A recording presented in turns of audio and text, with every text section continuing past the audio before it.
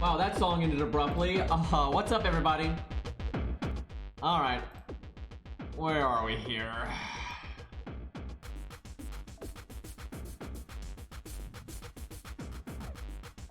UI health. Alright, what's up? I think we're pretty far into this, so we might get to the Demon Pillar today. Assuming we get past Megdalos. He shouldn't be too bad, though. I mean, we got 100 Faiths and whatnot, so... Ad Astra indeed. Alright, this looks like a time for coup. You know, I really hope over my years of playing this game and making videos and streaming and yelling into the void and all that, I truly hope I have encouraged more people, how do I put this, to have a healthy attitude towards these kinds of games, right? Like, obviously I don't really spend any money on these. You know, I do like GSSR, and that's pretty much it. And I hope I've gotten more people to do that, right? I really hope so, but I don't know. Looking at Genshin Impact's profits, it's like, oh boy. What do we want to use here?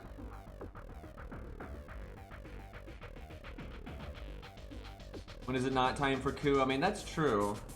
You know what? Let's go double coup. It's time.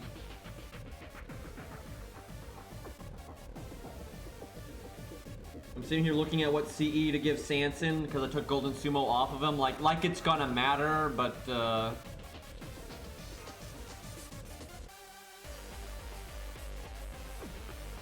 and see, here's the, I don't know how to, this is hard to articulate. There's nothing wrong with spending money on these games as long as you're responsible about it, right? You know, you got people like Beastly Whale, you know, he's got a good job, but he doesn't whale on everything he sees. You know, he spends money when it's like, oh, hey, I want this unit, you know, that comes along from time to time, right? So he's, you know, completely responsible about that kind of thing, right? But, you know, these games are kind of designed in a way to... I don't want to say they're designed, but they're happy to take advantage of the people that, you know, have bad self-control and those kinds of things, right? Some of these games, I think, are designed to target those people, but I don't really think FGO is. A lot of them I don't think are, but they're not, like... They're not upset that they attract that kind of thing, right? And they're not trying to stop it, and that I don't like. Yeah, like, I mean, here's the thing. I don't think, when you look at, like, FGO's profits and you look at Genshin Impact's profits, there's no way the majority of that is coming from people that are being irresponsible or, you know, can't afford it, right? Like, there's not there's not enough people, right, to supply that, right? So there's obviously a lot of people that are just, you know, well off, or there's things but money here, a little bit money there, and there's so many people playing that it adds up, and that's fine. Like, that's fine, right? I don't... But yeah, there's limits to this. The one thing that I think FGO needs to do is a safety net. That's the one. I think for the most part they do a good job. They make the 1 to 3 stars more than good enough, and they're actually fun and interesting. I mean, I don't think anyone can argue this in terms of interesting gameplay, like just having fun. I mean, the 1 to 3 stars are loaded. I mean, you got like some incredibly unique skill sets, like with Salami. And you know Leonidas and you know Robin Hood and stuff. Like, they have a lot of really, and Baldy, all this stuff. They have a lot of really unique stuff. So like the 1 to 3 stars are, you know, more than good enough and interesting. And they're slowly giving them better animations, but you know they're not exactly going fast about that. But yeah, the lack of a safety net, not a big fan of that.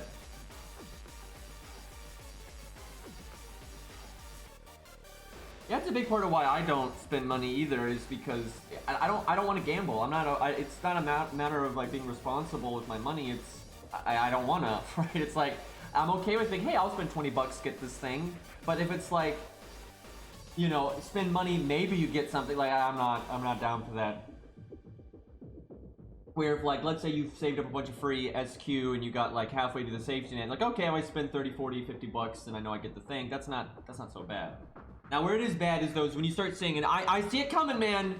EA over there smacking their lips, and Activision, they're wanting to adopt like these free-to-play business models and put them in games that are $60 and $70 and shit. That's ridiculous, right? Like that I have no, microtransactions and all that nonsense, in games that are full price. That's not great. And I'm telling you, you're gonna see gachas. You're gonna see gachas and pay to play games. It's gonna happen. It's gonna fucking happen. Yeah, I mean, they already kind of had that with loot boxes, but loot boxes aren't really the same yet. They're similar, but they're not.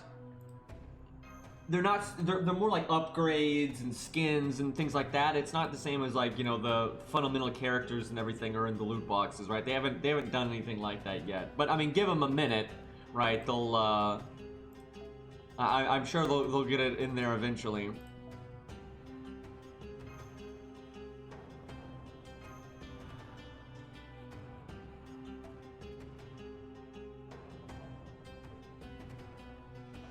Alright. I guess you got FIFA games. I guess FIFA games are Gacha games, aren't they? So yeah, I get yeah, FIFA pretty much is a full price Gacha game. If anything, it's worse. So yeah, that and those have been out for a while, right? That's a pretty ludicrous business model right there.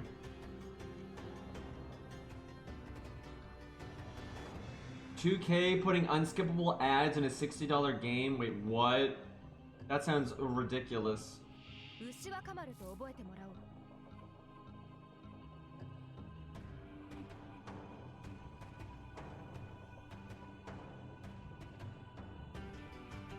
I mean, if you're talking about Genshin Impact, you do not need to pay or even roll to play.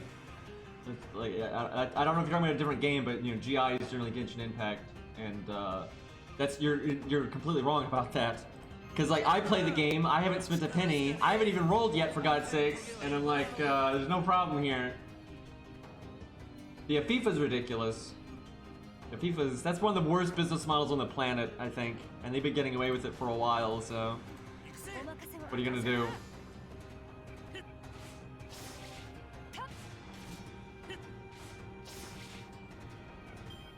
Go with ads, yeah, thankfully they don't seem to be interested in anything like that. All FGO's really got to do is put a little bit more effort into their fucking animation updates and have a safety net, and then their business model, and then add skins, for God's sakes.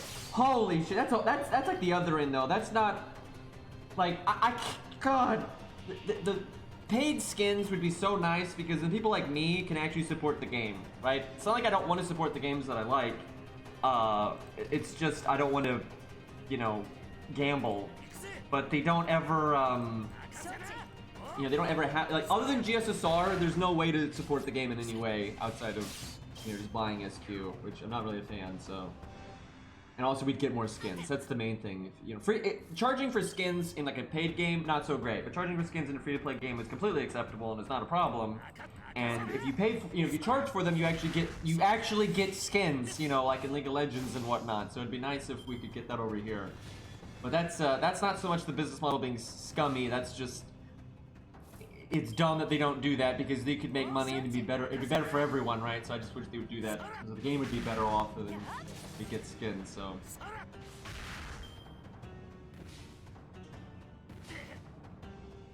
Yeah, I really thought there was a chance that we were going to get a safety net in FGO for the 5th year anniversary, because it's not just a matter of good PR and not taking advantage of people and that kind of thing. It's good business too. Generally, having a safety net gets people to spend money that otherwise wouldn't. Like, I'm in that camp. Like, let's say I'm playing a game. Now, this isn't really the case in FGO because I have so much free SQ saved up.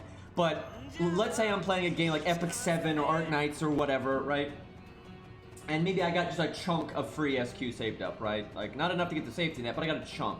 So I roll, I don't get the thing, but I've worked a decent way towards the safety net. So I'm like, okay, I can literally see how much money it would cost to just get the character. I haven't spent any money on this game, so yeah, sure, I'll do that, right?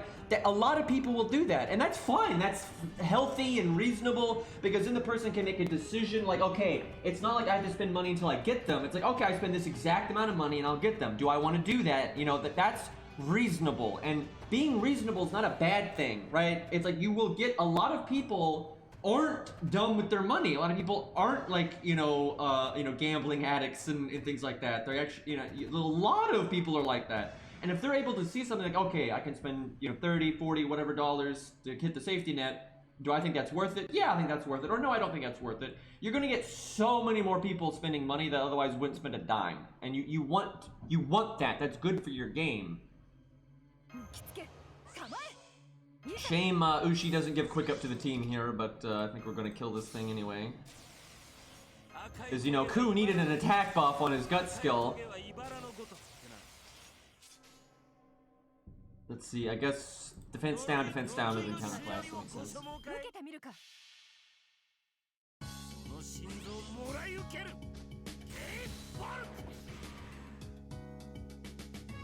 The thing is, you have lots of resin, and you also, I don't know like how people don't see this, like I am starting to think most people are just so bad at planning and managing, like it's insanity. Like in Genshin Impact, right?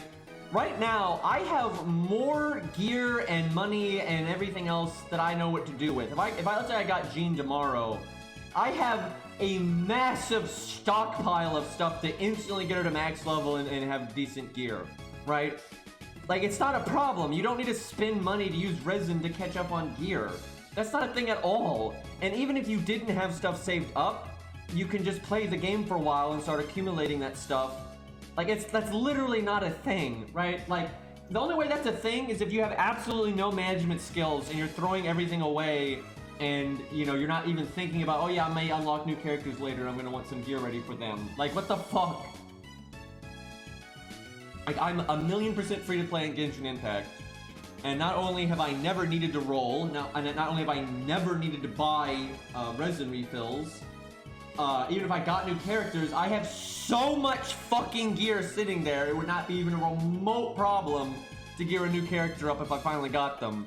And then, just like FGO, they give you apples! I have like 89 apples in Genshin Impact already. Everyone's over here saying, oh my god! The resin system's so bad! Oh no! Meanwhile, I'm adventure rank 40 as a free-to-play. I have like 80 like some odd bullshit apple items. Like, there's no problem here, right? Like, what is wrong with you? People have like no management skills. You don't need to sit there throwing your resin, reset items at fucking dungeon, bullshit to farm the same thing over and over again in 5 minutes when you could have just done that over the course of the week. Because there's not any, what is wrong with people? There's no other content in the game right now. If you've already explored the 2 zones and finished the main story and done all the side quests and stuff, why are you blowing your apple items to reset your resin to do more dungeons? Why would you do that? That's stupid. Because you have until until whenever they add new content to get shit done. It's the same logic in FGO. You don't need to use 30 apples on a new event in FGO day 1, when by the end of the event, your natural AP would have cleared the event anyway, right? And then all the efficient what? I'm gonna slap almost every FGO player I see because they're always blowing apples on day 1 and 2 of an event.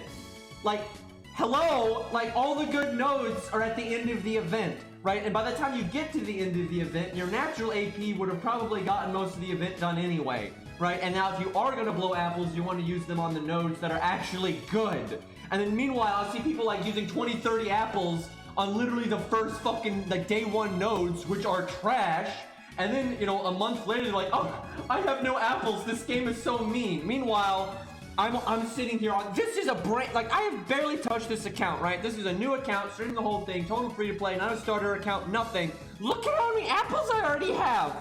What the fuck? What is wrong with you people, right? And then my main account's got 1,000, and then I have to listen to people act like these games are not fair in terms of AP. And I'm like, okay, sure. I literally couldn't use it all if I wanted to. 1 second, I have to turn my goddamn heater off. Okay, I'm back. But it's crazy to me that I see this in Genshin Impact and FGO, where people have the worst management skills of all time, and then they act like, oh, this game's not free to play friendly. And I'm like, okay. Like, no, you're just an idiot. I literally don't know how people run out of apples in FGO. Like, it's insanity to me. Events are completely fair with AP. They're not fun, right? It's not fun not being able to mess around more, right? Event stages being 40 AP is boring because it means you get to just do a few stages and you're done, where it'd be a lot more fun to, you know, get to, hey, I want to solo this one. Let's check out this new unit's animations. Let's see if I can buff stack Leonidas to crit for 1,000,000 damage, right? Like, you want to be able to, you know, have fun, for God's sakes. So when all the nodes cost 40 AP, you don't really have fun. I've been playing this game for like 5 fucking years, and I have like 1,000,000 free-to-play accounts, right? And I have had no problem. I have never had an event where I was having AP problem. Never. Not one. Not even Go West. Not Go West. Not even Summer 3. Literally, Summer 3, one of the most bullshit events on the planet. If you use your natural AP every day intelligently, and then you literally use the apples they give you in the event, you can easily clear Summer 3. Like, it's not even hard. Like, it's not even close. You will blow it out of the water in terms of AP. It's not, like, you will gain apples. Like, if your goal is to clear everything you need from the event shop, beat the main story, right, and like, get the CEs and stuff, you can do that with just your natural AP every day and using the apples that are obtained during the event, and you will gain apples. I know this because I've done that event like 30 fucking times on 1,000,000 accounts on JPNNA, and I've done it that way every single goddamn time. And then you have people, again, just blowing apples on inefficient stages and be like, oh, this event's bullshit. And it's like, okay, way to go, champ. And like, from a fun perspective, I'm like, yeah, they should lower AP costs because it's more fun if you can, you know, do more things and mess around and stuff. But it's not, in terms of fairness, it's not a problem. It's just boring. This is a terrible setup and I should bring another support, but I'm not going to. The same for lotteries. It's not hard to do lotteries and clear like the initial lottery resets you need and get everything from the shop with just the natural apples they give you. I've done it 1,000,000 times. Like, it's not hard. The Genshin Impact community, though, just kills me. Like, I mean, almost all the communities in these games kill me, but the Genshin Impact community is just so fucking stupid. They're like, they literally play the game non-stop for like 2 weeks, and then they complain there's not enough content. It's like, what, you literally just played this game for hundreds and hundreds of hours, and then you're like, there's no content in this game. Like, are you kidding me? And then when they get, you know, then they're waiting for an update, they're sitting there blowing all their Apple items, and like, oh my god, resin's such a problem. I'm like, dude, there's no new content in this game until 1.1. Why don't you just use your natural resin every day, and then see how far you get by 1.1, and then see if you need to use your Apple items or not. And unlike FGO, and Arknights, and all these other games, Genshin Impact lets you just play for fun with or without its AP system, right? AP is just used from loot from major bosses and dungeons and stuff. You don't, you know, you can still play them or mess around or explore or hell, fight the bosses if you want to. You just don't get the loot, right? So they're way more reasonable about that kind of thing. I legit wish FGO did that. So if I was wanting to, you know, mess around with like solos or whatever, it'd be a lot easier. Well, I will say, Arknights has like no AP problems. Arknights is so generous with AP, it's ridiculous. And if you reset a stage, you only lose 1 AP, which you will, by playing the stage, you will regenerate more than 1 AP. Arknights is like the opposite problem. Your AP regenerates so fast in that game, it's actually difficult to use up all your AP in that game, unless you do like some of the really, you know, stuff that's like super chunky, you know, like daily stuff or whatever. But if you're just like playing the game, and it's pretty hard to actually use up your AP in that game. So I want to say something about Reddit, because I often criticize Reddit, because, and I stand by this, I think the format of Reddit is bad, right? Like the whole upvote downvote system, it promotes circle jerking and really in group thought, and then anything that's not in that Reddit's group thought will slowly get pushed out over time.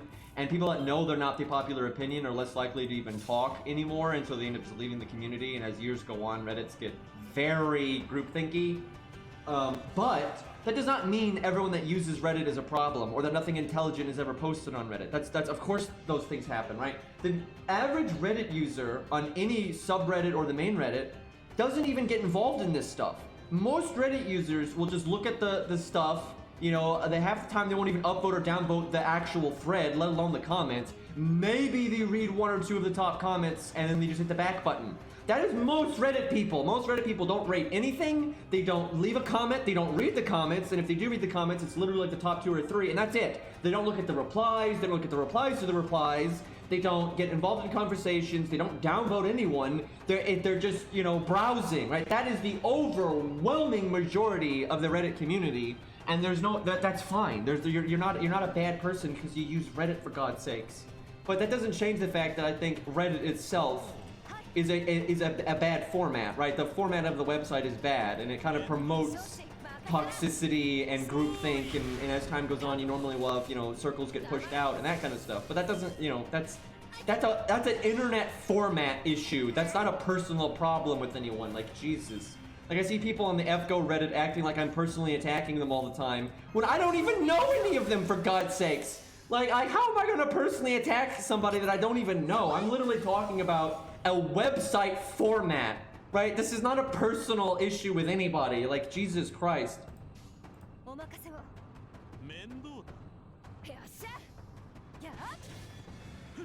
But see, that's like a problem. The fact that things get censored because not enough people agreed with you, that's obviously stupid, right? Like, I shouldn't even need to explain why that's a bad format, right?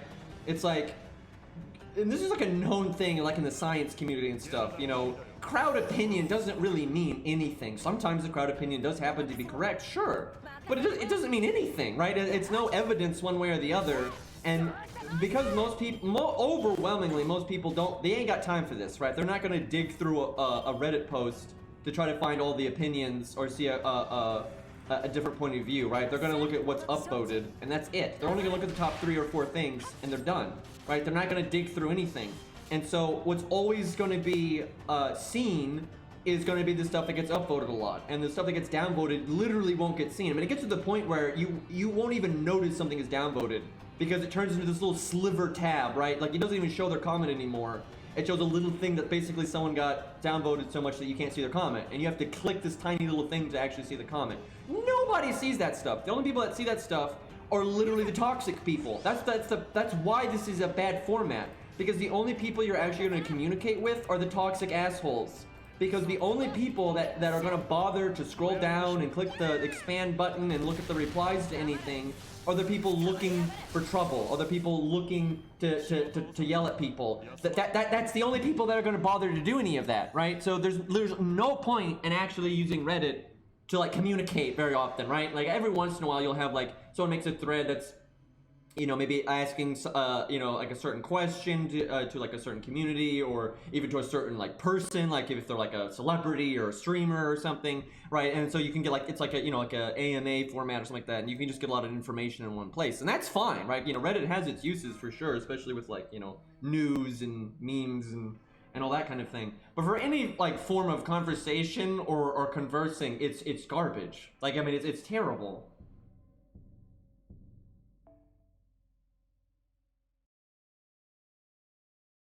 Oh my god, there's so many trash stages.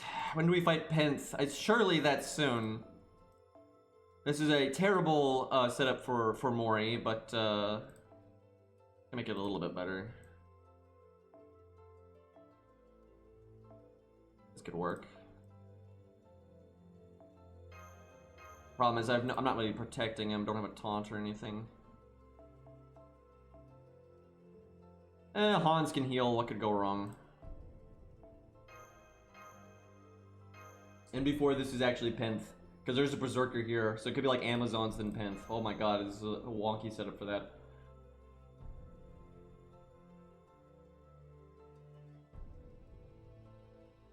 So I'm telling you, Genshin, Genshin's management is not very good right now, because I think the community is pretty unreasonable and they get a lot of, like, hate they don't deserve and stuff.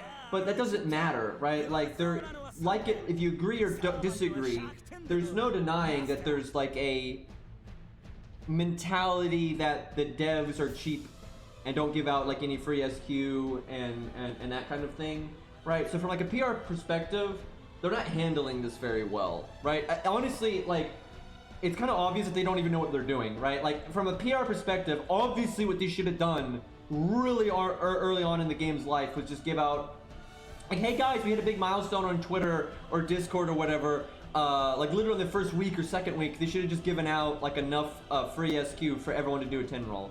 That's not bad business. Like, they're going to be thinking, oh no, but then less people are going to buy. That doesn't matter. Like, literally, that's a drop in the bucket. That doesn't matter. You want to change the perception, right? And with FGO does give out nice, big, chunky boys, you know, worth of SQ, right? So it's like, it would not hurt them like early on to do like, hey, here's a free 10 roll for everybody, right? That would have gone over really well. Like, and that wouldn't cost them anything, right? In the long run, that would have actually made them money. I'm like positive. Like, they have a PR problem right now. I think the game has ran decently well so far, and it's still very new, and that kind of thing. But I do think it took them, you know, kind of too long to do 1.1, and I've always said a lot of the quality of life improvements in 1.1 they should have put in ahead of time. You know, like, obviously some of the new content and like animations and story stuff, that might not be ready yet, so fair enough if that's not in. But a lot of the quality of life stuff they should have put in like right away.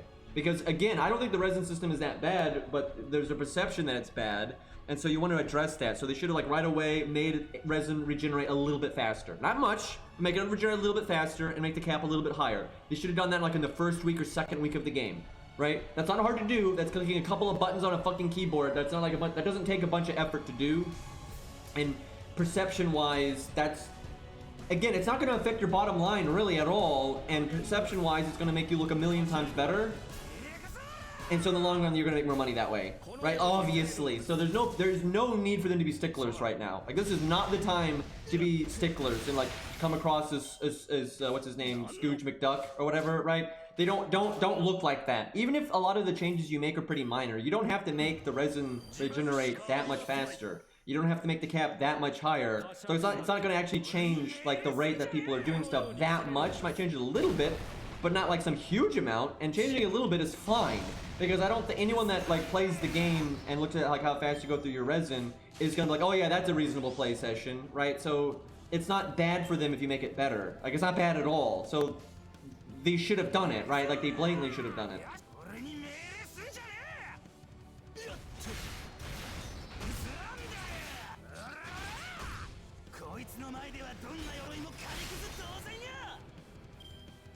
Well, I think you're a petty twat if you get mad at a competition reward. I saw that this happened to someone, a YouTuber I follow. He put out like an art competition, and you know, like he was like, you know, the winners will get this much money, blah blah blah. And then it was like, oh, this isn't enough money, and everyone was bitching and acting like he was just being the worst person on the planet. And I'm like, by all means, be like, you know what, the compensation for this competition is not really good enough. I'm not gonna say who. What is wrong with you? Why would I say who? Yeah. Let me stoke the fires here. Like, good God. Anyway, so you know, if you're an artist, and everyone that was mad wasn't actually an artist. That's the thing. That's what I always find funny. But so if you're an artist, you're like, oh yeah, this competition's not worth my time. Don't do the competition then. Wow, that was complicated, right? And by all means, give the feedback to the guy like, hey, I'm an artist. I don't think this competition's worth my time, so I'm not gonna partake, right? But you don't act like the guy is being like a demon here because the reward's not good enough. That's so stupid. Like, it's an optional thing. It's not like you hire an artist and then don't pay them, right? That's obviously shit. Like, if you agree to hire someone, like, I'll pay you this much, and then you don't pay them that much, that makes you a scumbag. If you advertise an optional competition and you say this is the reward and people don't like the reward, you are such a moron for getting mad at that. Right? That's like someone offering you a job and you don't like the compensation and then you get mad at them. Right? It's like, no, you just don't take the job. Like, hello? Like that's crazy. And again, if you want to give feedback and say, you know, you should probably make the reward better, that's fine. But artists getting insulted because a competition doesn't pay enough is the most entitled, dumbass thing, like, ever. Like, it's an optional thing. That company doesn't owe you anything, right? And that's how this works. Like, when I'm talking about, like, you know, business practices and all that stuff, I look at it from a perspective of what's better for us and for them, because it's a business, right? why is a business going to shoot themselves in the foot for no reason, right? And if you don't like what a business is doing, you don't have to partake. That's the nice thing about this. You have this thing called freedom, right? Nobody's chaining artists to their chairs and be like, oh, you have to enter this Genshin Impact art competition. Like, that's not happening, obviously. How have I gotten so many turns and not been able to get Hans in P game? Like, what the fuck? I was trying to like double NP, but that ain't gonna happen.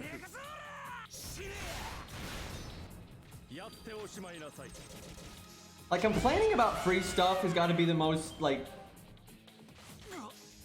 It's just that's such a bad look, right? And by all means, give feedback, right? Because you can be like, hey, like with Genshin Impact, you know, if you compare the amount of free stuff you give out to other games, you know, it doesn't look so good, right? That's fair, but then like whining about it is just silly. Like, it's a free game, for God's sakes.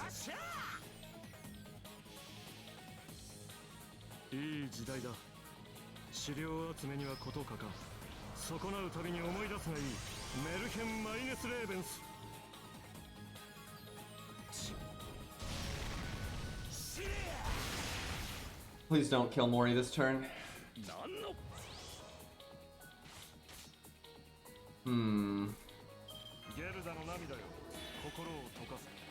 The setup is so bad for what I'm dealing with. Like, it's atrocious.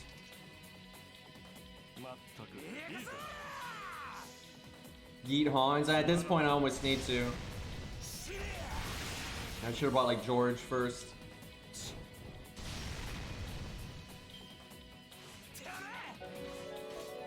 Hey, one lonely boy. Fuck. God, I hate this setup. This was so trash. Like, I didn't realize I was gonna be fighting that many trash mobs, and I had no protection there. But thank you for the 11-month resub, man. I appreciate it. Let me put it this way. When artists complain about optional competitions and crap like that, and people not getting enough free stuff, that'd be like me complaining to one lonely boy right now, like, wow, you only subbed for 11 months? Wow, what a cheapskate. Like, are you kidding me? Like, the guy is just giving me money, right, out of the goodness of his own heart, right? Right, and it's just like, if someone offers you a competition and a chance to win money, you're not entitled to that, right? And if you don't think it's worth it, don't do it. If one lonely boy doesn't think my content's worth it, he doesn't have to subscribe, right? There you go, right? And if I'm not getting enough subscribers, that's my problem. It's not their problem, right? It's not like, oh my God, my subs aren't giving me enough money. How dare they? Like, what? Like, it's like, if I don't, let's say streaming, let's say I wasn't making a living off streaming, right? Let's say I couldn't afford to keep my lights on through YouTube and streaming. Let's say I couldn't do that. That's my fault, right? Then that means I need to go do something else other than streaming, right? I need to, like, that's on me, right? Like, of course it is. It's not other people's responsibility. Like, why do I have to explain this to people, right? It's insanity. Like, it's not company's responsibility, right? Like to give you free shit. Now, if you pay for something, that's different, right? I get that. And I think people conflate, like, you know, free-to-play games and optional transactions with, like, buying a game for $60, right? I think people really conflate these things. They obviously shouldn't, but I think they do. Like, people feel like, oh, I spent money on the Gacha, so now I'm entitled to a bunch of free SQ, right? Like, that's literally not how this works.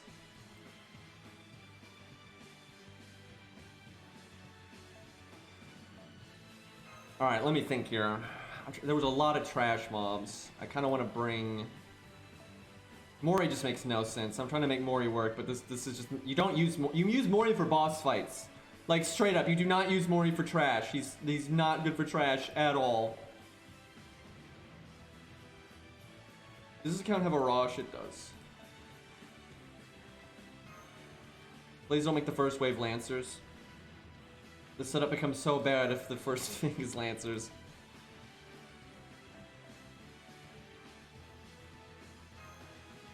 I'm not gonna get any crits out of this.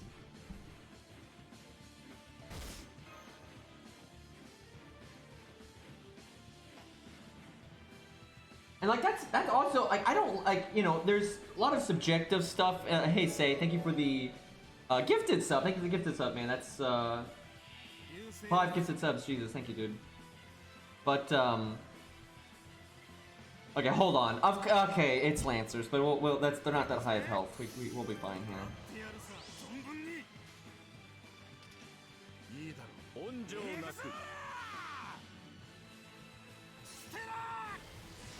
It's like going into a restaurant and complaining the free samples aren't good enough, right? It's like they don't owe you free samples to begin with.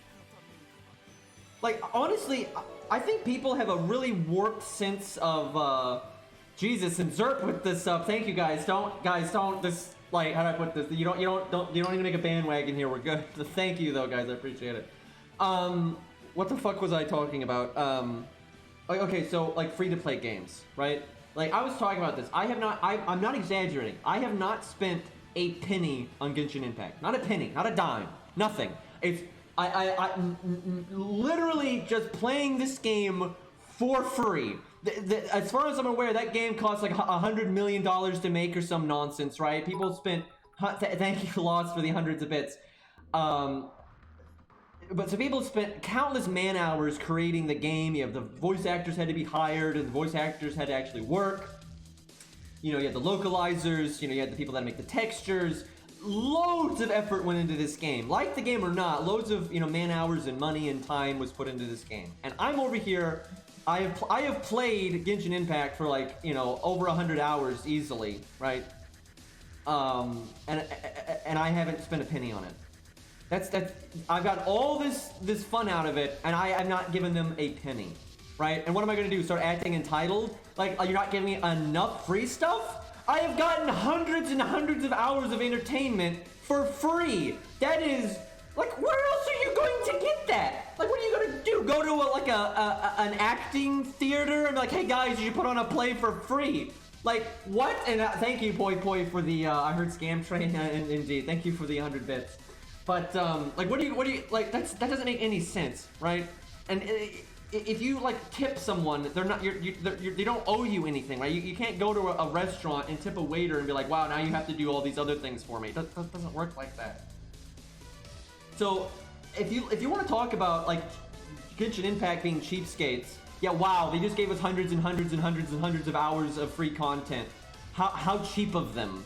Like, what are you talking about, right? And the free cast is all completely reasonable. First of all, they're pretty popular. Lisa's really popular, Amber's really popular, Kaya's really popular. So you have plenty of really popular characters, and the entire game is completely beatable with just the free people. People act like it's not. It is. The entire main story and all the side content and all the bosses are all doable with the main cast. Somebody has done the entirety of the Abyss mode rather easily with the main cast, which I don't know why anyone was surprised by this. Literally, why is anyone surprised that you can bend over the Abyss mode like it's nothing with the free characters when every character in that game has the same iframes, and that's like all the game is about, is using your iframes well, and then using your like attacking at smart times and doing good elemental synergy. You have all elemental synergies available to you with the free-to-play characters. What really matters is your stats. Your stats are not dictated by your character, it's dictated by your gear. And everyone can wear the same gear. Everyone has the same iframes, everyone has all the same elemental synergies. Sure, some of them can use it more effectively than others,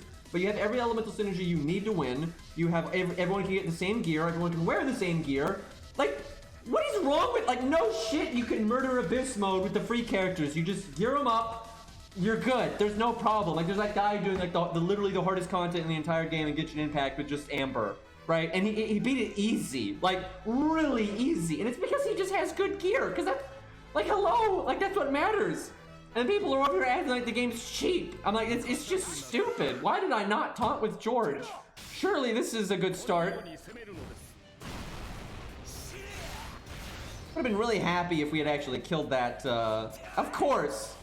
Of course. I mean, I deserve that, but I like how I didn't use Chen Gong's thing. Like, there's an autopilot there. Mori didn't even need that health, guys. No, Mori's so tough, he doesn't even need it. It's a handicap, chat. We're just trying to make it more spicy, see?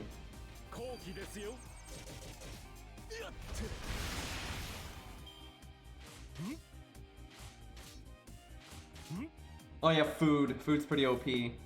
But what are you gonna...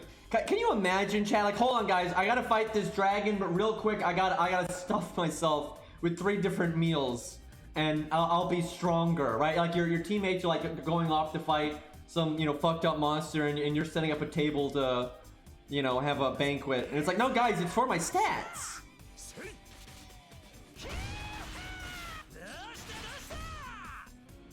Actually, like, seriously, the 4-star weapons you can craft are really good.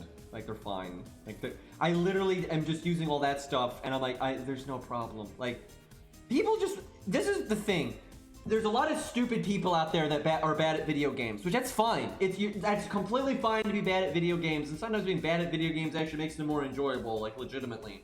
But you have a lot of people that are, like, stupid, and they don't know how to gear, they don't know how to use the resin, they don't know how to dodge, they don't know how to do elemental synergy, they don't know how to use the free-to-play characters, they're struggling like a motherfucker, and instead of being a responsible person and being like, wow, I suck at this game, they gotta blame something. Like, oh, the fucking Gacha, see, you gotta spend money on the Gacha to get anywhere in this game. It's not the fact that I'm an incompetent moron, it's the fact that this game's bullshit, and they're so stingy because they don't let you roll any, like, I see that all the time. Like, overwhelmingly, when people go to my videos where I try to do, like, free-to-play friendly setups, for, like, FGO, like Zeus and shit, and then the reason people go to those videos and say stupid shit like, oh my god, your skill ranks are leveled up, you know, no one's actually gonna have their skill ranks leveled up like this, so of course they're not gonna beat this boss. This is such a, you know, bullshit cheap boss. The reason they do that is because they got to the boss, they got their ass kicked, they use command spells or SQ to res, and now they're trying to justify, they want to have their cake and eat it too. They want to be like, oh wow, I was just bad at this boss, I could have, you know, maybe done a better setup and figured it out. No. They got to be like, oh, this boss is cheap and you're only beating it because you're such a whale because you have George with 10 skills, and, you know, oh my god, right? Like, I have seen that over and over and over again through my time with these games and making videos and stuff. Like, there's these people that get spanked, they get spanked by hard content, and then, you know, they cheese the shit out of it, or they use command spells or free reses or whatever the fuck, and then they want to go out there and try to discredit anyone that beats it, like, super legit, so they don't feel like, oh wow, I'm just a charlatan. Like, no, they gotta be like, no, I'm legit, it's just, you know, this game's bullshit, right? Like, so many people, they can't take the blame for, oh my god, I made a, you know, a mistake. And because, like, there are people out there that know the game really well, or games really well, and sometimes bosses are designed in a cheap way, right? And sometimes you do have content that's not, you know, balanced well and things like that. But most of those people, they don't know games well enough to be able to figure out if it's that or not, right? They're just like, oh my god, I threw my face at it, it didn't work, this game's so cheap, right? They're not like some hardcore person breaking it down and figuring out stat lines and actually trying budget shit, and they're not doing that at all, right? But they act like, you know, oh my god, I couldn't beat it, so it's bullshit. Also, I've noticed a lot of people, and this goes way beyond Gacha games, people have a very low tolerance for failure, generally. And if they fail a lot, they don't want to sit down like, okay, let me put my big boy pants on and try to figure this out. They don't want to do that, right? If they get stuck, they die 2 or 3 times, they either want to click the easy mode button and just get it over with and move on, or they want to stop playing. Like, that's such a mindset nowadays. That's obviously not everybody, but that mindset is become fairly prevalent, I've seen. Like, wow, my double Merlin didn't work. You must be a whale for beating it. Indeed. Okay, I would like to crit, but I don't want to use the switch. What am I going to use the switch for, then? Because I don't have any other units left. Well, fuck. I can NP right now and then crit next turn. Let me think. This is a really nice turn to crit, though. Is this just stupid time to switch, though, because we have George and everything. But I literally have a Mori Brave Chain. Ah, fuck it. Worst value ever, by the way. You use a Star Absorb skill and potentially not need the 3rd skill. Might as well try. It's pretty good. You just do the Buster Chain. 70%. Alright, let's do it. When has anything ever gone wrong ever?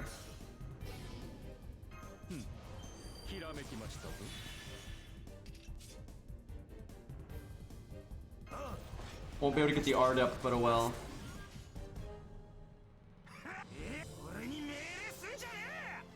Guys, this music was actually made for Mori. Obviously.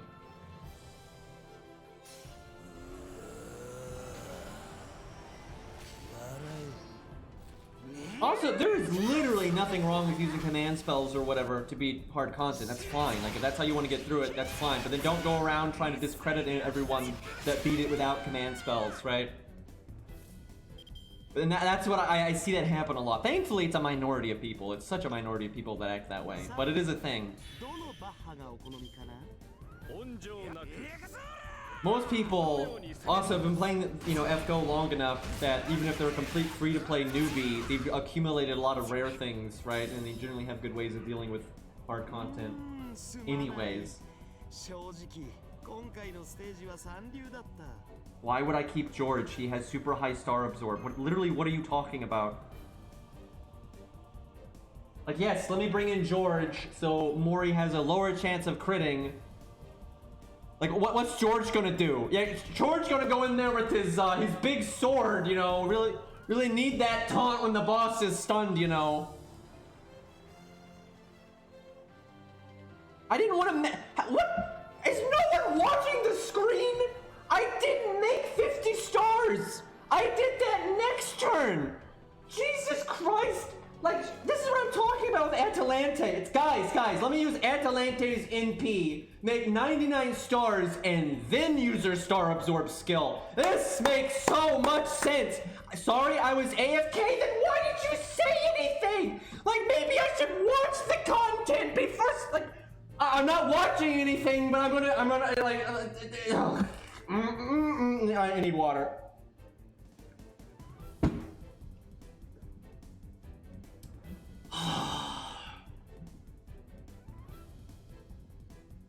If you want to, you know what the hell's going on, actually paying attention is generally the way to go.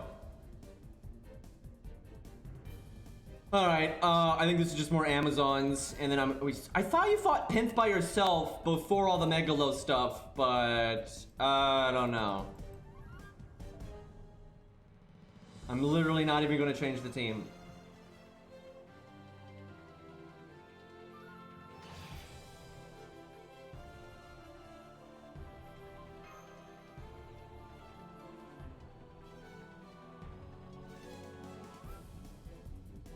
It's already been 48 minutes. I don't even...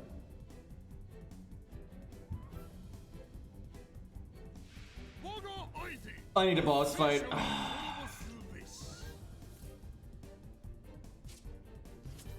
I want to say, doesn't Penth use her other NP in the story or something at some point?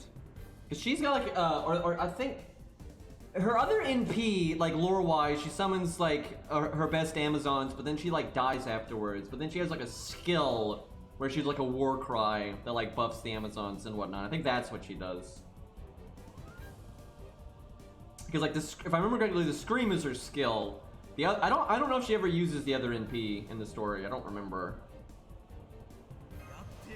Because she's got like an NP where she goes back to her like her older form when she's like in her prime, and she summons like her best Amazons and nonsense, but when the NP's over, she dies.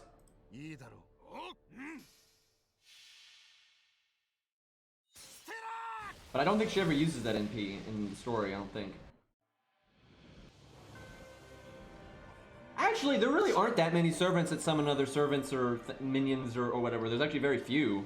It's just that there's so many characters in Fate now because we got so many books and visual novels and FGO, and so the cast is so large now that if you cherry pick every single one that can summon something, it seems like a lot, but when you compare it relative to how big the cast is, it's like 2% or something. It's probably like, I don't know, maybe like 3 or 4, maybe 5%, but it's probably not even that. I doubt it's even 5%, but because seriously, you have so many, characters in all the different stories now.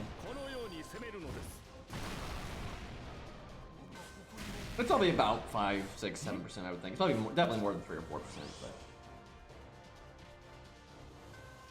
Well, if I remember, I haven't read Penth's character material mats in a while, but if I remember correctly, I like how it's all the same George, so I can't target switch. That's great. Oh god. Anyway, if I remember correctly, in her other forms, like Lancer Penth or like Rider Penth or whatever, it won't kill her. But it's just the Berserker version, and like it's because her Berserker version doesn't want to be like in her normal, you know, prime self or whatever. And you see that a lot, where like you'll have an NP that's shared between multiple versions of a servant, and it's like better on one version than the other, and there's like, you know, like there's a drawback if this version of the servant uses it, you know, where there's not a drawback if like for example, you might have a servant where they have a certain noble phantasm, and that's the Lancer's version best. No, that's their main noble phantasm, if not their only noble phantasm. So the Lancer version can use that noble phantasm at its best and without drawback or whatever, and then maybe their Rider version can also use that noble phantasm, but it's not their main noble phantasm, so it's like, you know, way more reined in, or there's drawbacks, or it's weaker or whatever, right? There's quite a few characters like that. And then obviously you have a lot of times where like literally like, you know, one noble phantasm is just unique to a certain version of the character, but that's not always the case.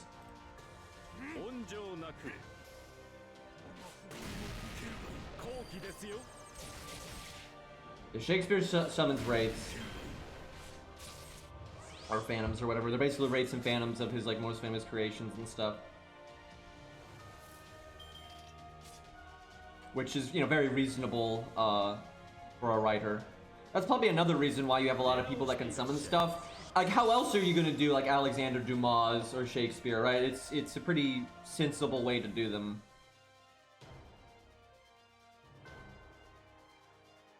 I actually think we taunt Spartacus because he's got so much self-healing and everything and high HP, he'll be fine.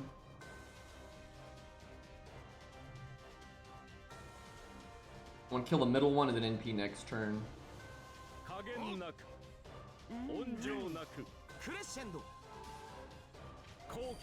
Well, Castergill could use Aya if it was like a normal thing. Like, Castergill's not really a normal thing to begin with. He's just Gilgamesh in the context of that. Really? I can't believe I took that much damage there. Especially when we had the damage cut. Anyway, so I think Castergill is one of the most misunderstood characters ever. People think it's all these things that it's not. Like, most of what's unique about Castergill is just specific to the Babylonia singularity. And he's not even a servant there. He is a human. He's a normal, that's just Gilgamesh. That's not Caster Gilgamesh, that's just Gilgamesh. And he's the way that he is, opposed to what, like, how he would typically be depicted, because of unique things happening in the Babylonia singularity, right? Like, he gave away a lot of his treasures, you know, parts of it, Gate are sealed, you know, and mostly just gave away most of his treasures and whatnot. So Castergill, in the context of Babylonia, cannot use Aya. But normally, you know, Gilgamesh can. It's just that, you know, the unique things going on there is why it's like that.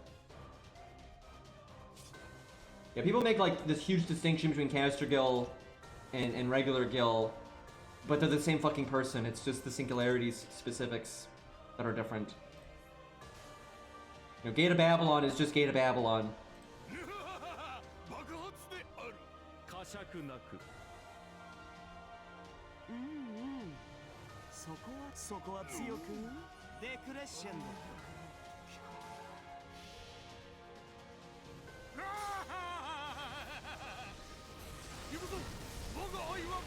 No, Fate Gil and normal Archer Gil really aren't different. It's just the unique things that happen in Fate Stay Night. You know, like the Grail juice and using the Potion of Youth and all that nonsense. But you know, theoretically, any Gil can do that.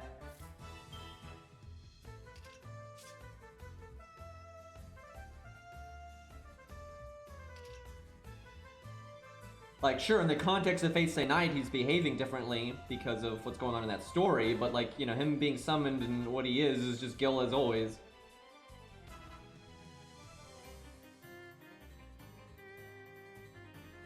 Yeah, Lancer Arturia is a different person.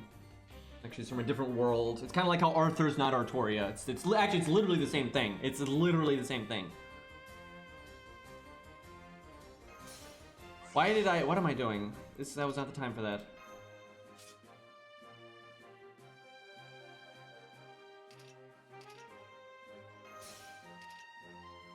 Oh, they have debuff immunity. How dare they? I want Shingang to use his NP, but not yet. I need a turn where Mozart can use his skills, but Shingang's probably gonna die, so... Feels bad, man.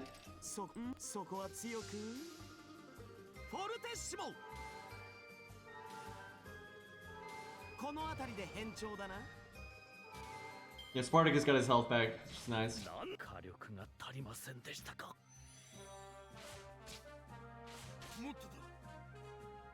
Man, could have gotten some nice value out of Qinggong there. Of course Mozart got all the cards last turn, and then the deck shuffles in and gets a bunch of cards again. Thanks, brah.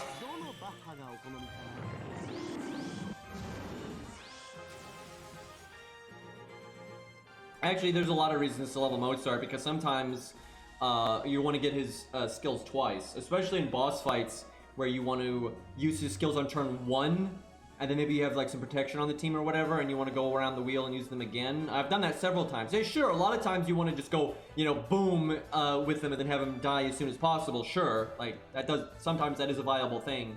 But there absolutely are times where you want to use his skills twice, because they're not that long of cooldowns. And hell, you can use them with Atlas and make them really short cooldowns, right? And that's pretty good, so... And in those situations, you want him to have as much health as possible, so he's, you know, more likely to survive. That's like a big benefit of like Grailed Mozarts, is it's quite easy for them to go around the wheel and use their skills multiple times. And while they're there, obviously he's doing a little bit more damage, not, you know, much to speak of, but...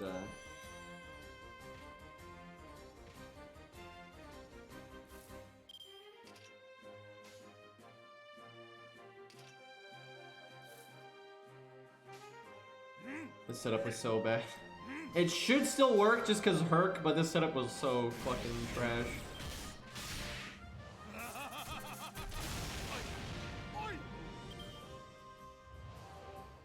I really don't want to explain the Gilgamesh stuff. I've explained that on so many, like, the majority of my viewers have heard me explain what's going on with Gilgamesh and the different settings and everything so many fucking times. I'm like, I'm not even gonna bother anymore.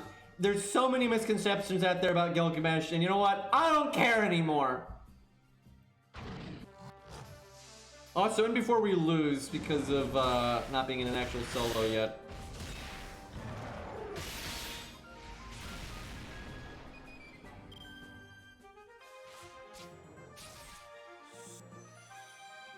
Feels bad. Spartacus was like getting his skills back like that turn.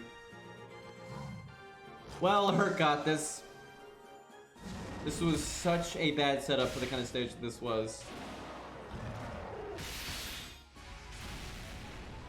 But hey, it worked!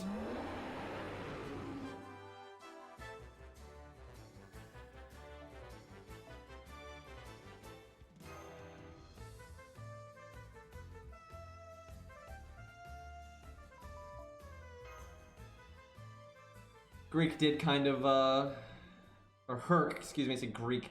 Herc did kind of save the day there.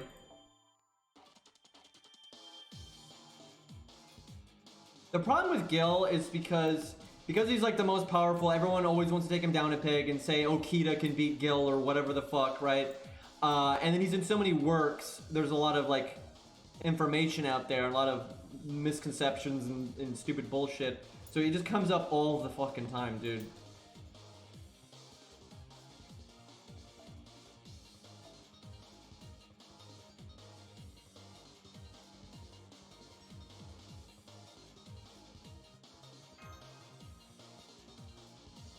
What are you talking about?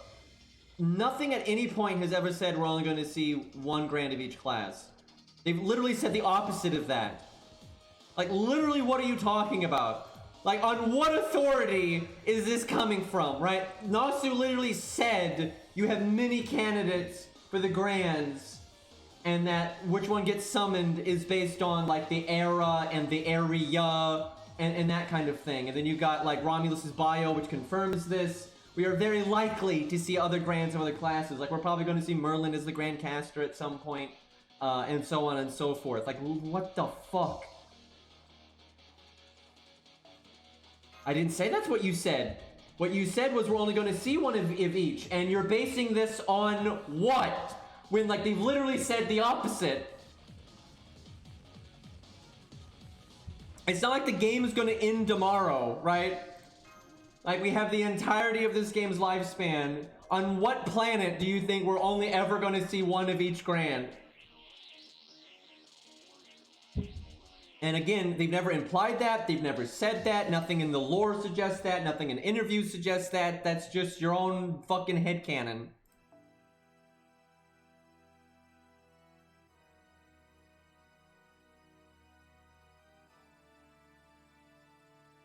Like, sure, you're not going to see, like, 2 grand sabers, like, back to back. Of course not, right? You know, they want to, like, build up the hype, and it's like a thing when a grand shows up and everything. But as time goes on, of course you're going to see other ones. Like, of fucking course you're going to. Like, what, we're never going to see another grand caster, sure. What Nasu said is right now, but what he said obviously was, like, really implying that you're going to see another one. Was that, you know, many things meet the criteria to be summoned as a grand for all the classes except for Assassin. He straight up said that, like, right now, only Gramps had ever met the requirements to be a Grand Assassin. But he's kind of, like, baiting, you know, the question, you know, obviously somebody else later is probably gonna meet the requirement. Or, who knows, I mean, maybe not. I mean, to be fair, it's, like, easy to assume that, because with most storytelling and most creators for stuff, you would assume that if you say something like that. But my god, there's been so much stuff throughout the Nasuverse and, like, Tsukihime, Melty Blood, you know, Fate, blah blah blah blah blah blah, where they kind of, like, begged the question for things like that. Like, oh, obviously there's other ones of this thing, or, you know, there's other ancestors and so on and so forth. It's like, of course we're gonna see those things, and you never see those things. That happens all the time. Right? I mean, for God's sakes, look at Ort's character material. Which was made like 15 years ago or something, right? Like, it's like loaded with, like, you know, begging the question, oh wait, then who really is Type Mercury, right? And all this time later, we got nothing. Like, sure, when they finally revisit Ort, maybe they will show off what actually is Type Mercury or whatever, but I mean, who knows? And even if they do way later, it's not like they planned F-Go way back when they did notes and made the character material book for notes and that kind of thing, right? So it's pretty obvious that they were begging the question all the way back then, and they never actually were planning on explaining anything, right? So it could be like Nasu's like, oh yeah, man, nobody else has met the requirements to be Grand Assassin yet, and then yeah, we're never actually gonna do anything with this, by the way. It's like, that wouldn't actually shock me that much, really. Yeah, I'm like, it's like 95% confirmed that Ort is going to be in Lost Belt 7, because, you know, they've mentioned him in Lost Belt 6, and the anime opening, it's like, we don't know 100% that silhouette is Ort, but it probably is, right? So it's very likely that Ort's going to be in Lost Belt 7. And people have been speculating on that since the beginning, like, because, you know, Lost Belt, we've always known Lost Belt 7 was going to take place in South America, and they've always said that Ort landed in South America, and other, like, you know, just hints here and there were kind of suggesting that there might be some note stuff there. And so, I mean, for years, people have been speculating that Ort was going to be there. But then Lost Belt 6 made that a lot more obvious, and then the anime opening, you know, had the silhouette and everything, so yeah, it's like, yeah, it's probably going to be there. Oh, did I say 6? I meant 5. You know what I mean. The last one. The one you know, we just did, for God's sakes.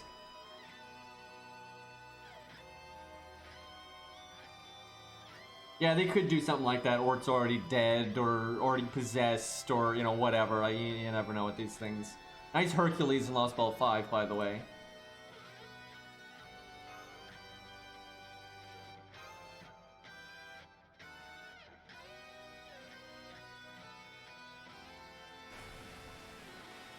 I don't think Ort needs to be the main threat of the entire story, but he needs to be the biggest, baddest thing in whatever story is in. It's like, you know, Tiamat was the biggest, baddest problem in Babylonia. That's I mean, it'd be stupid to not do that with Ort.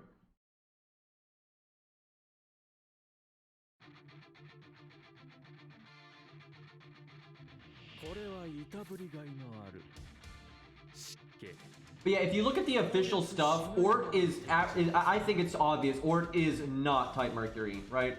Like, the wiki really talks about him like he is, but if you look at all the official information about Ort, nothing confirms that he's Type Mercury. Nothing. And quite the opposite. Like, Notes never says he's Type Mercury. People in the universe assume that he is, but that's just that's not, you know, the author, that's just in-universe people assuming that.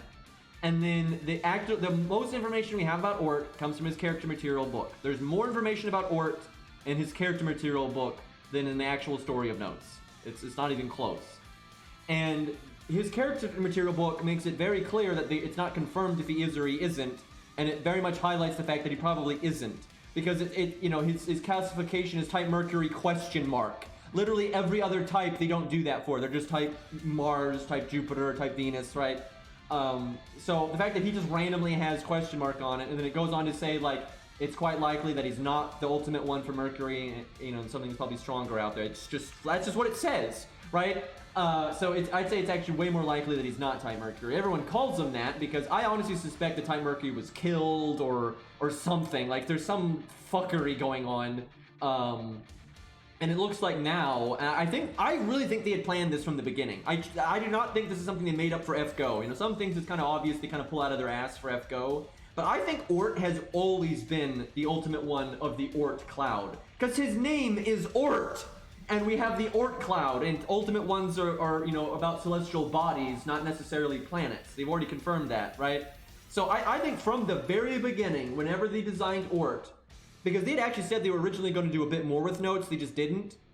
And they had said if they had done more with it, they were going to, like, the Crimson Moon, which is Type Moon, right? It was going to do more stuff. It was going to be like the second to last boss, right? So I think they had always intended Ort to everyone to think it's type Mercury, but in truth it's actually the ultimate one of the the Ort cloud.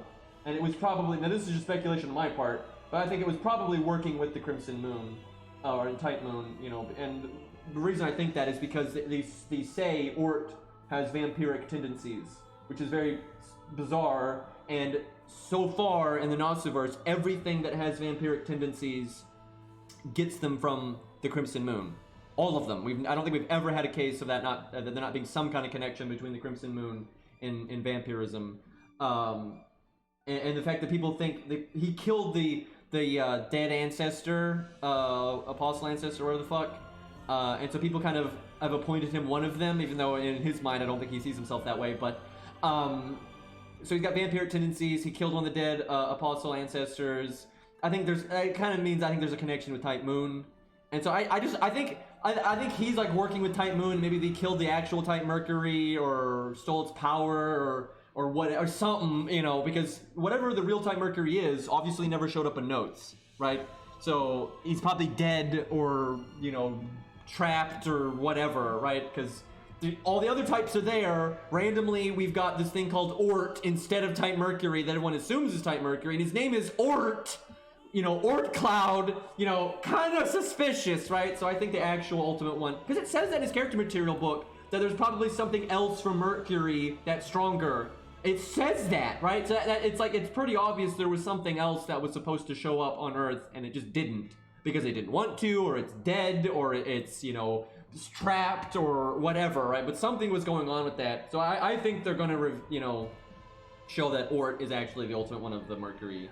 Not Mercury. Why do I keep saying Mercury? The ultimate one of the Ort cloud, because that just makes goddamn sense. It's named Ort, and it's called the Ort cloud. Like, yeah, it's spelled O-O-R-T instead of O-R-T, but they also spelled Arturia, Altria, and they spelled Medusa, is shit pants, right? So the fact that they might have spelled Ort with one less O isn't really that shocking. So, like, oh no, guys, they spelled it O-R-T instead of O-O-R-T. Clearly, this is something else entirely. Meanwhile, Medusa's like, what's my name?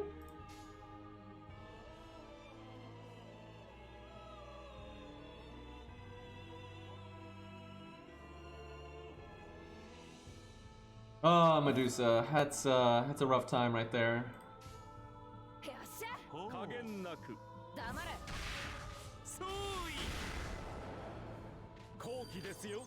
I would, they already did, the VV thing for Venus, right? So I wouldn't be surprised if they give other types some kind of humanoid form, and if they make them waifus or lollies, I wouldn't actually be surprised. I hope that's not the case, but I don't think they'll do that for many of them, because it's a unique thing for Venus to be that way, and that's like the point. Types are they say this, they're not just super alien and different to stuff on Earth, they're super alien to each other, right? They're not like bros that understand each other and Earth's the oddity, right? All of the types are crazy fucking alien to each other, And they did a pretty good job of representing that, right? Type Jupiter doesn't work in any way like Ort, and he doesn't work in any way like Venus or the other ones that they confirmed, right? He's so different from them. And Venus is really, really different, and like she's kind of unique and like actually trying to understand people and that kind of thing. So I think it would be a disservice to all of the types to have them all start kind of acting like Vivi. That would be kind of dumb. But you know, sales though. I'm actually curious how much money Vivi would make them if they suddenly rated her up. Because I know from like Notes fans, all 9 of them, she's popular, but that means nothing, right? I feel like the fans at large would be like, oh, this is kind of generic or whatever, I don't really care. And there's, you know, I don't know the backstory and stuff, so I'm not sure she would really be that popular if they just randomly rated her up without like more context or changing the design some or whatever. But who knows? I don't know, maybe she'd be really popular. The internet surprises me all the time, so. I mean, they detailed Pluto to some degree. He doesn't have official art or anything, but which isn't surprising considering he died so early on, but you know, F's for Pluto, man.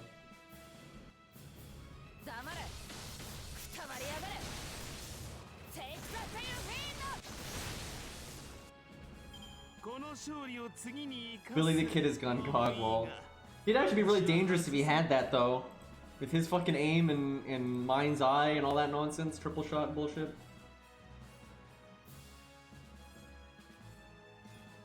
Yeah, there's been fan art of Ort as a lolly. I mean, it's like, what, 10, 20 years old now? But, yeah, it'd be kind of funny if they revisited that.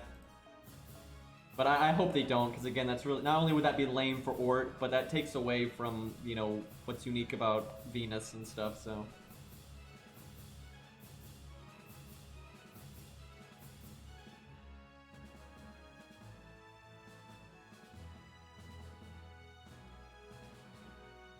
I see people acting like it doesn't look like Zeet, and I'm like, okay, if it doesn't look like Zeet, why does everyone think it looks like Zeet, right? Like, obviously that's not the only way to interpret it, clearly, it's a subjective thing, but the fact that everyone boils it down to Zeet makes it obvious that that spelling of it, that's where most people will go to, right? Like, yeah, you could say maybe it's a Y or a T, maybe like a Y or a C represents it better, but obviously there's no one-to-one comparison to the original Greek lettering to English. There is no one-to-one comparison, right? It's not a Y or a C or an E or a T. It's none of those things, right? So it doesn't even matter, right?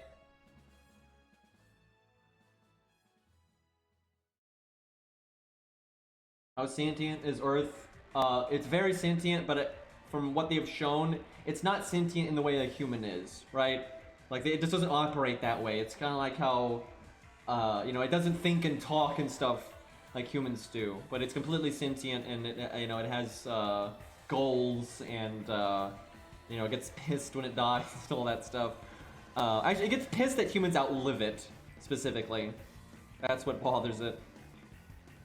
Okay, this is probably Penth again, so let's actually, oh, hold on, let me get water and everything. Let's get serious now. We might have some real boss fights. Yeah, these fuckers, pretty much.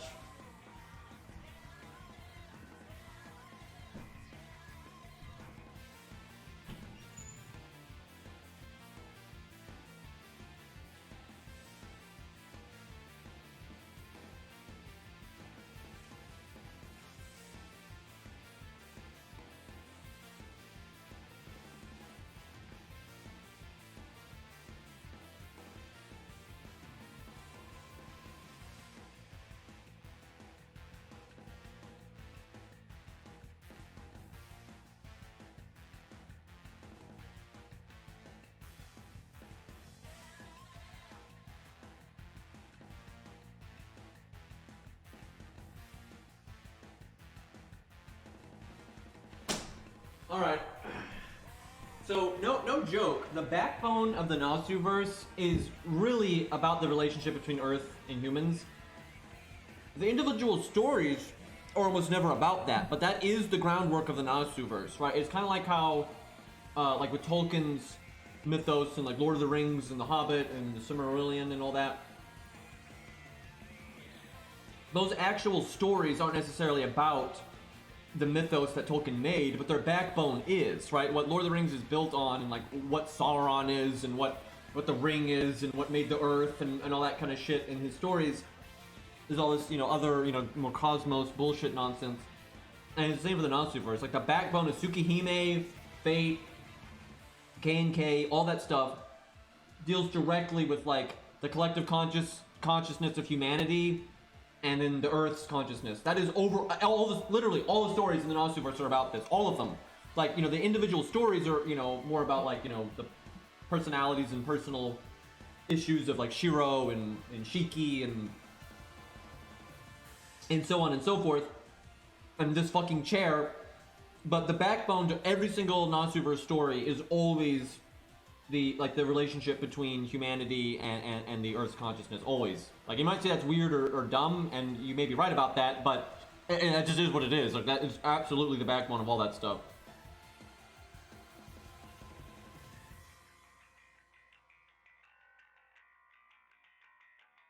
I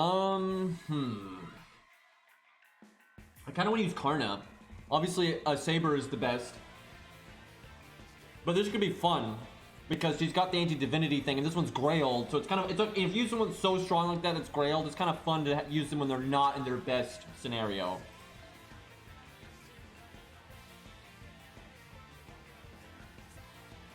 Yeah, actually, you're right. The issues of Shiro and Shiki, right? That is more accurate.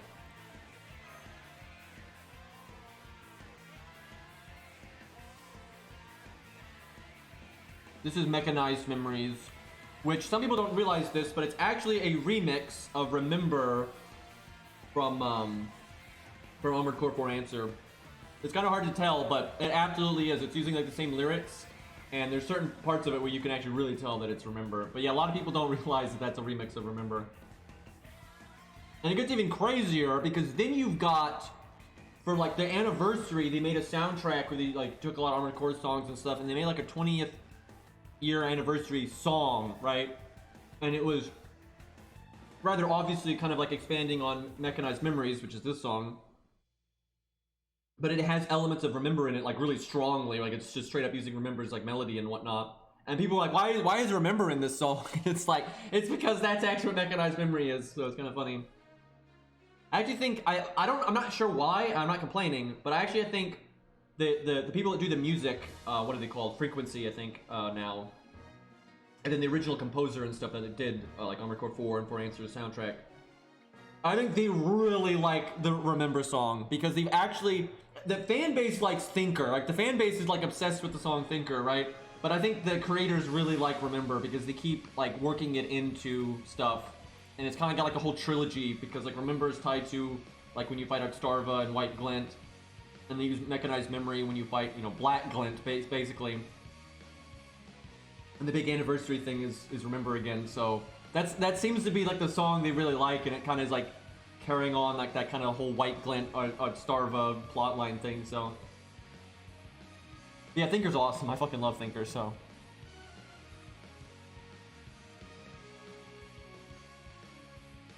Yeah, they did a poll not long ago where they asked everyone what their favorite songs were, and I think Thinker won, which I'm not surprised by. White Glint starts off. So White Glint, okay, I know some of my chat's gonna be bored, but I got to talk about this for a second. I love Armored Core. So White Glint's history is actually really wild. It actually starts, I think it's in Armored Core Arena, I think? It's one of the older Armored Core games. There's an enemy that I think is named Shade or something. And he basically looks like Black Glint, essentially. And his icon is basically White Glint's icon. And then so later when they made Armored Core 4, you have the original White Glint, which is, Joshua O'Brien and all that. It's not the main character for Armored Core 4, it's someone else. And his design is almost exactly like that Shade person from the earlier game, but it's white instead of black. And then, spoilers, you kill the main character of Armored Core 4, kills Joshua O'Brien. Feels bad about it though, and then basically takes up the mantle of White Glint, right? And then in Armored Core 4 Answer, they're the White Glint pilot now, and now it's got a new design and everything. And then in Armored Core 5, which you don't think is connected to Armored Core 4, but surprise, it actually is. You know, at the end you fight like a recovered version of White Glint that's like really fucked up and not really like recreated properly, and that's like got an AI in it that's like based on Joshua O'Brien most likely. And that's like, you know, it's kind of doesn't have a name, but the community kind of calls it Black Glint. And that's kind of a callback to its original origin of that Shade guy, or whatever his name was, that was basically Black Glint. So really weird history with that mech, but most people don't know, because it's really fucked up and weird, but yeah, it's kind of awesome.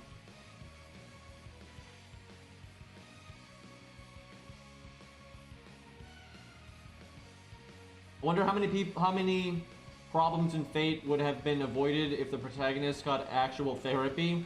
None. Yeah, literally none. Like, it's not like the Grail is gonna be like, oh, guys, that schmuck, he got therapy.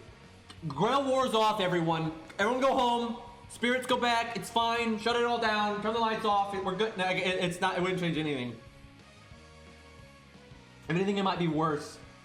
A well-adjusted Shiro would probably be like, yeah, I'm not doing this. And then, like, I'm just not doing this. And then God knows what would have happened.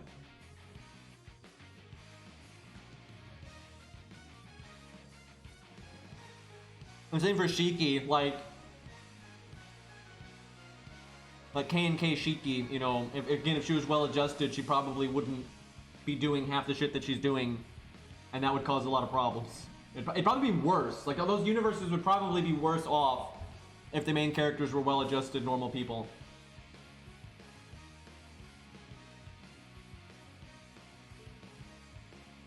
Alright, I'm definitely gonna want to crit.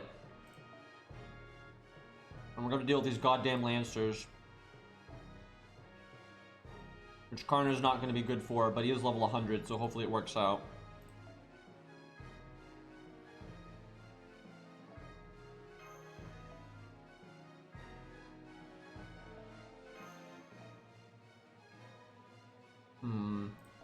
I want George to go around the wheel and taunt twice, so I'm not gonna give him on death like normal.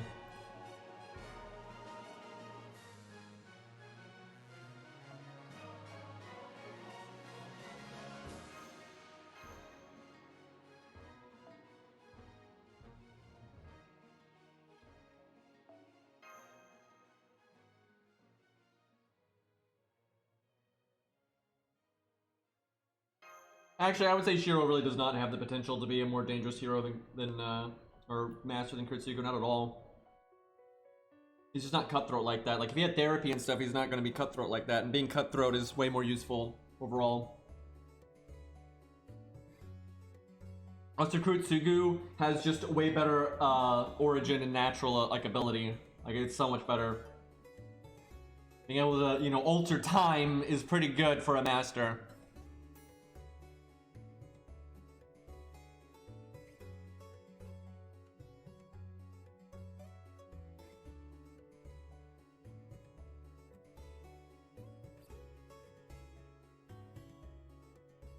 Is Akko emotionally stable? Yeah, kind of, I guess.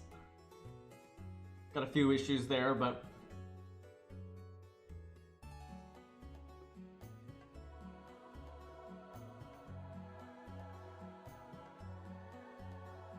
yeah, some of the Another Century games are made by FromSoft.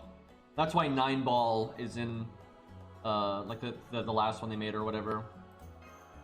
Which is kind of awesome. Oh my god, fucking trap face, dude.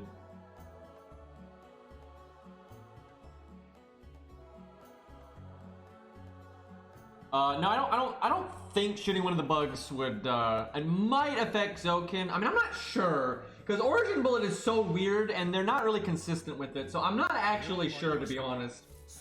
I don't think it would, because it's not actually connected physically, as long as like the bug isn't like directly connected to him.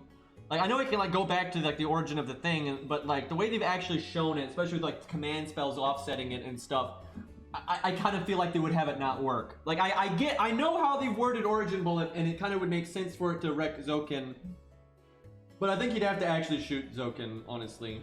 Although I don't know, because Zokin is basically made up of the bugs now, so I don't know, maybe it would kill him then. I don't know. Like, okay, I would say logically it should kill him, But I would not be surprised if they had that happen. They would, you know, bullshit it and make up a reason why it doesn't. And no, you're gonna have to work harder than that to beat the bad guy, right? Because storytelling.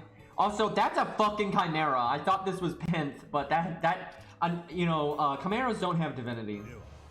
So much for George going around the wheel. Definitely not the stage I thought this was.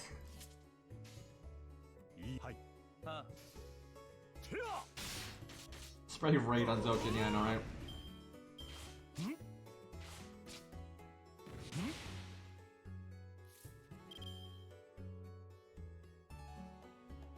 And go boom next turn. I think it might kill Sakura too. Like if you look at like the way Origin Bullet kind of traces back to where the thing came from, it would probably kill Sakura and Zokin logically, which would be pretty fucked. But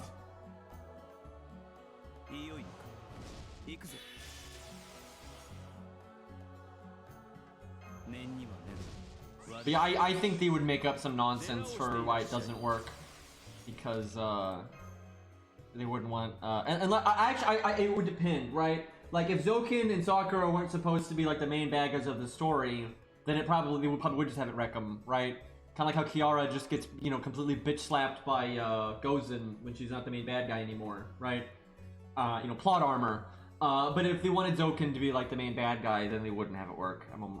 Which is stupid. Like, it's very dumb. But you know, welcome to storytelling.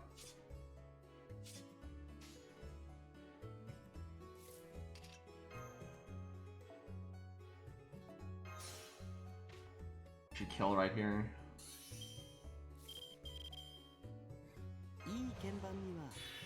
Literally doing that for 20% crit chance, but I want the stage. I want to see if we can win right now.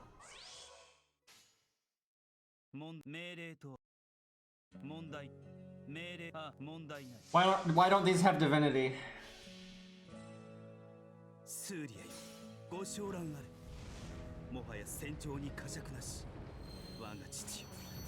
Congratulations, you figured out the point of Heaven's Feel indeed.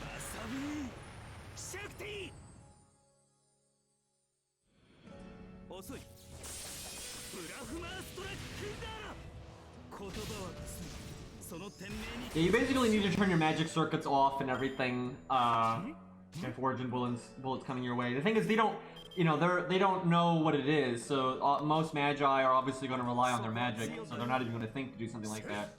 And it's funny because it's really funny, like that's kind of why they did this, right? Magi look down on technology greatly, and they actually don't even understand it, right? They don't know how guns work, they don't know how bombs work, they haven't kept up with like how strong bombs have gotten and how strong guns have gotten. They don't know, right? And Kurotsugu takes advantage of that. They have a real blind spot to technology, and that's why he's always wrecking them with bombs and shit. But they see a gun and they think, oh, that can't hurt me, I have magic. Now, funnily enough, there are many pretty easy ways to defend against guns with, you know, natural means. You know, there's a lot of like anti-ballistic stuff, you know, shields and vests, and like seriously, they make, you know, shields and like anti-ballistic like shields and stuff now that can stop incredibly powerful guns and stuff now. Like, sure, they're not going to stop an anti-material rifle, but and so, you know, if with all the resources that the Magi have, they could easily get their hands on a lot of ballistic stuff that would make them do a lot better against someone like Kurotsugu. But they're like, I don't need that. Of course I can stop a gun with my, you know, my magic shield here real quick. He's got an old handgun. Oh God, right? That's how most things go down there. So, you know, although they could deal with it, because you can stop Origin bullets, like these seriously make like, you know, ballistic shields now, right? That's pretty normal technology these days. That would stop Origin bullet, no problem. Literally no problem, right? It would be nothing, right? Just like a fucking riot shield, for God's sakes, would stop Origin bullet, right? Meanwhile, you know, all the Magi and stuff are like, oh, let me make some super fancy magic barrier, and then they wreck themselves, right? That's kind of the thing.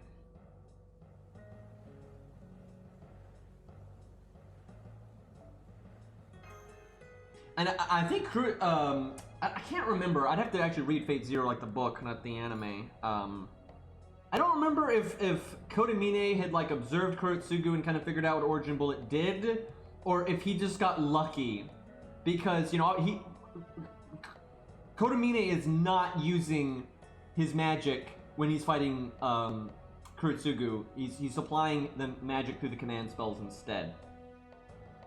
And, you know, there's obviously reason to do that anyway, just because why use your own magic if you got, like, free magic, essentially. But I don't remember if he basically lucked out and he just happened to be doing that, or if he had, like, observed Origin Bullet and kind of assumed that was a good counter to it. I don't remember. And then the anime doesn't say. Kenneth did not like what you said, lol. Yeah, it's funny, because Kenneth, I'm not kidding, Kenneth is so, he's one of the strongest, like, masters. He is so fucking strong. Like, he would wreck basically every master in Fate Stay Night like it's nothing.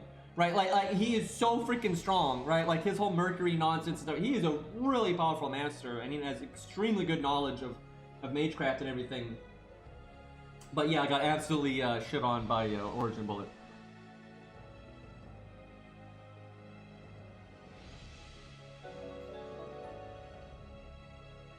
And I wasn't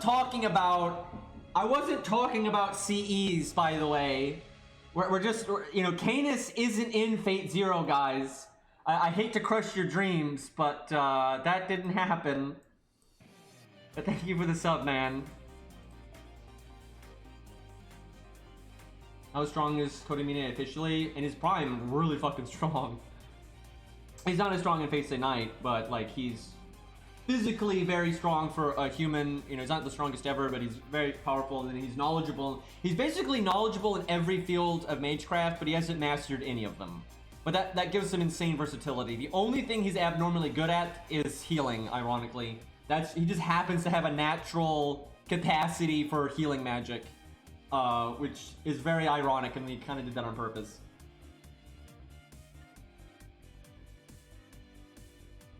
But yeah, he's trained a lot, and he's very physically fit and everything, and he can magically enhance his body, and he's got some degree of knowledge in basically all fields of Magecraft, but he's not really mastered any of them, and he just randomly is really good at healing. Alright, same setup, but it's actually Penth this time.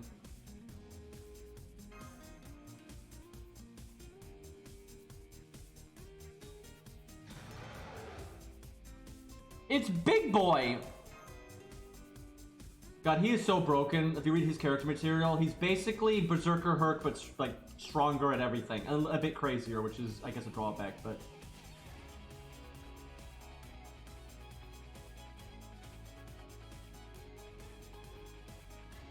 And yes, a Riot Shield could stop Origin Bullet.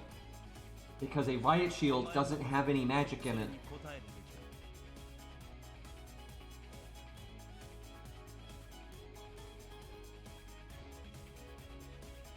Oh god, do I have to actually explain this? Oh god. Origin Bullet, it's anti-magic. It doesn't... The reason Kenneth was able to survive the physical explosion... Like, you're conflating the anti-magic properties of Origin Bullet within what magic does, right? Kenneth's magic does not have anti-physical properties or anti-magical properties, right? It's just general use. Right? So Kenneth's, Mercury nonsense could stop a hotel exploding, it could stop a magical shot from Rin, it could stop a punch from Kodamine, it's just a general, magical shield here. So of course it can stop the explosion of a hotel, because it wasn't a powerful enough bomb to exceed the power of his shield. The reason Origin Bullet got through it isn't because Origin Bullet is so powerful that it has more punch than a hotel explosion. It's because it has anti-magic properties. And like if something is using Magecraft and magic circuits, it basically, follows the path and fries those circuits, right? That like the more magic you're using, the stronger the magic is, the more Origin Bullet will wreck you. Like if your magic circuits are on 10 and they're like super active and you get shot by Origin Bullet, you're going to get absolutely shredded by it. Where if your magic circuits aren't activated at all, it'll just be getting shot by a bullet. And due to the actual gun that it's being fired out of not being like that good of a gun, really, it's fairly old-fashioned, and the actual caliber of the bullet isn't actually that high. you know, physical means are actually the best way of stopping it, because physical means don't have magical properties and it won't have magic to you know, fry, and so nothing really happens. So like just a regular old bulletproof vest would stop Origin Bullet, Riot Shield will stop Origin Bullet. You know, some people's skulls apparently would stop it too, but you know, but yeah, that's like the point of it, is like this mundane physical stuff will stop Origin Bullet, and the most fancy pants magic will get absolutely destroyed by it, which is ironic because, you know, mages poo-poo on the physical stuff and the science and the practical stuff, and they, you know, act like magic is better at everything, and then they get absolutely destroyed because of it. That's the whole point. That's the shtick. And they make that, even in the anime, I'm pretty sure they made that pretty clear. Like, obviously, you know, the anime can't explain these things so well.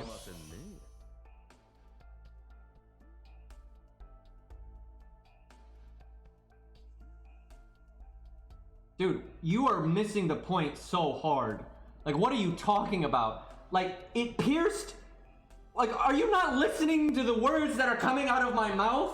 The reason Origin Bullet pierces Cainith's shield is because Cainith's shield is magical. Like, and like, are you nuts? Have you go watch? There's literally videos on YouTube of like, you know, riot shields and anti-ballistic shields, like showing how much stopping power they have. I literally watched one like 2 days ago.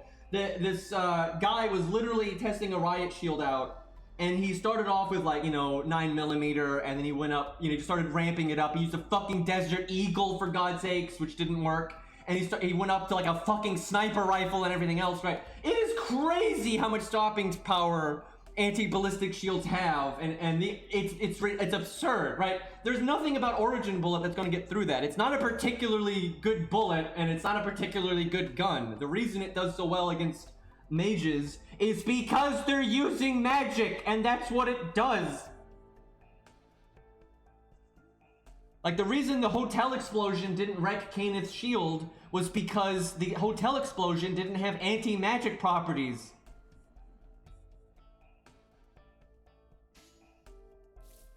Like, you are conflating things so hard right now.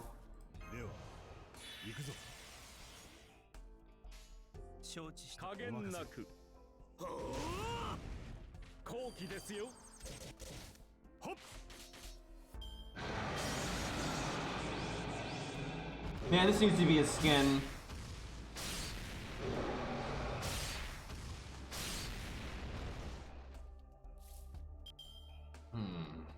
There's not much chance I'm gonna go around the wheel here with George. I think I could, though, if I had pawns out.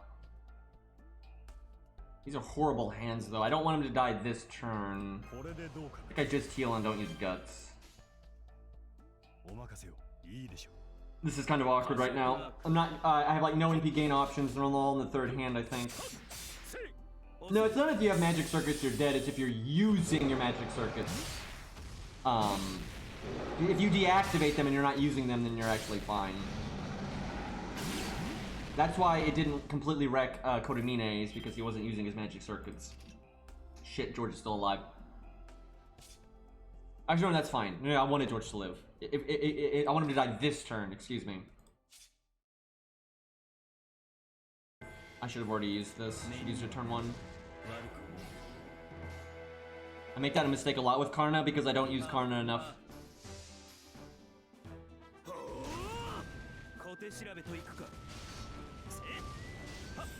I mean, getting shot by a pistol is always dangerous, but if you have proper anti-ballistic gear, it's actually not dangerous really at all. It's just you've got the proper stuff. Depends on the pistol, but like if you get something like Origin Bullet is not going to do jack shit.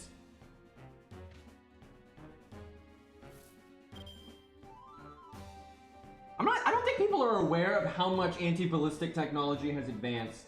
I think people are still in this idea that like it doesn't really work really well. The reason most people get wrecked by guns is because most people don't have anti-ballistic stuff. And no shit, of course, like average Joe Blow is not gonna have, you know, top of the line anti-ballistic stuff on hand. But Magi have a lot of money and influence and whatnot, and they could easily get their hands on like top of the line anti-ballistic technology. And we've had it for a long time. Like yeah, you're not stopping a goddamn anti-material rifle, of course not. But people have this idea that like we just have no means of stopping like, you know, stronger firearms. That's wrong. We absolutely do.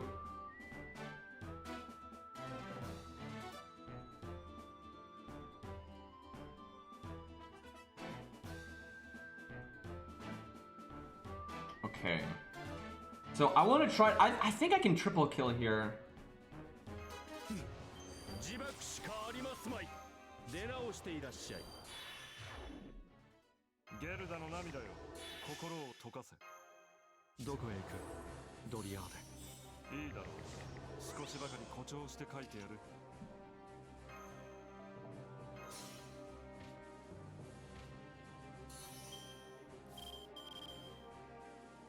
Let me think. Okay. I wish we had an art card or a second buster card for Karna, but this is still good. Basically, the first buster's got a hit for 130,000.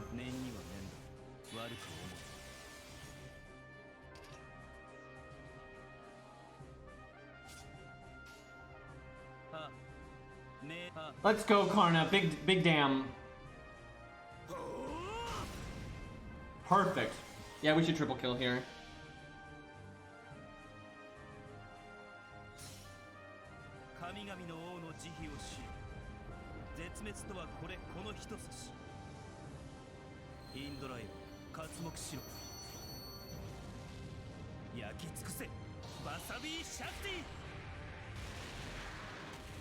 God, I love that NP.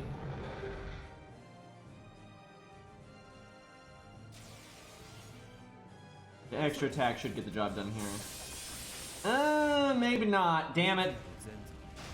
Damn. Yeah, well, that's not enough. Respectable, but yeah, that didn't get enough out of the quick there. Yeah, if it had a second buster, it would have worked out. And actually, an art would have worked too, because an art card not only does more damage, but we would have gotten the art up from Mozart.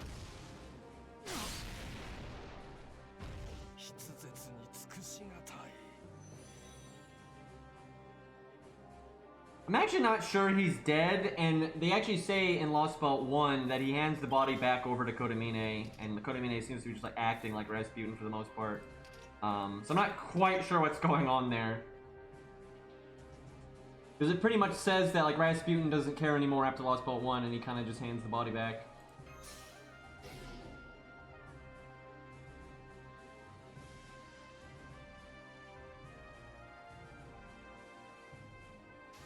Like, I think he did die, but he's probably, like, resurrected somehow or some nonsense. We'll see, though.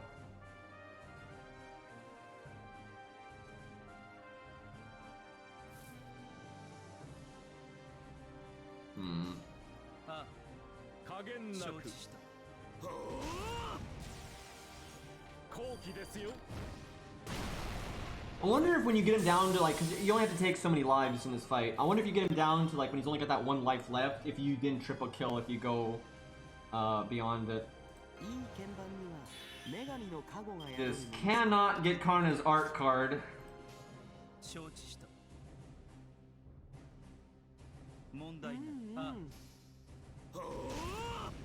Come on, Mozart. Yeah. Oh, hey, we won. Yeah, I guess the second you kill the life you need to kill, it stopped. It didn't even let me do the next attack, so you can't take more lives.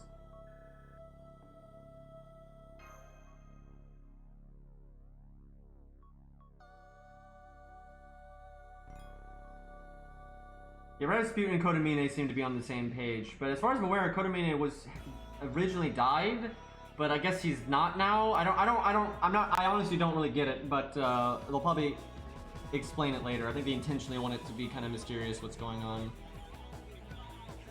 But yeah, they seem to get along well, so.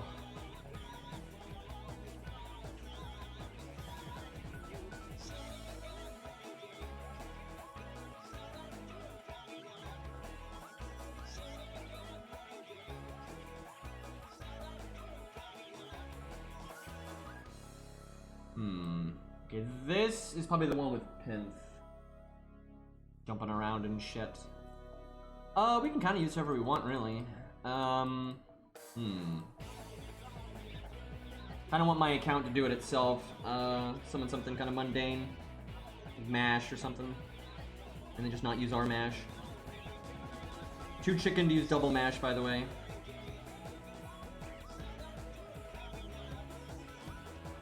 I fear too much power, you know.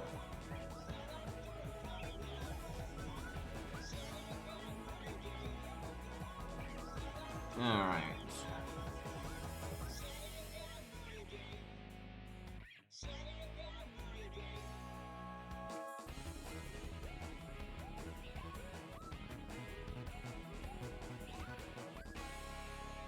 And there's so much false throughout this whole stream. The amount of false information I've seen in my chat is so staggering. I'm trying to not like blow a blood vessel, but like, my god, the amount of like horseshit in chat today.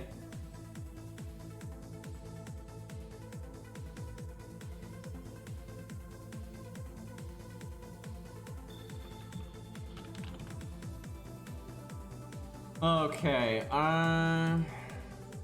see, what's sad is the best DPS is Q, but, you know, nobody is gonna want me to do that. I think Megalos counts for David's anti-giant damage, so that's kind of fun.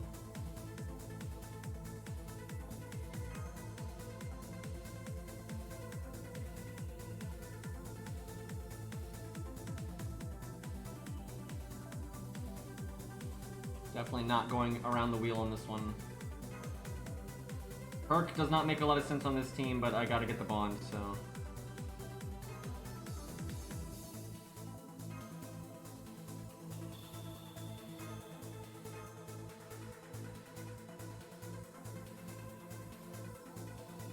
Alright, let's see what happens.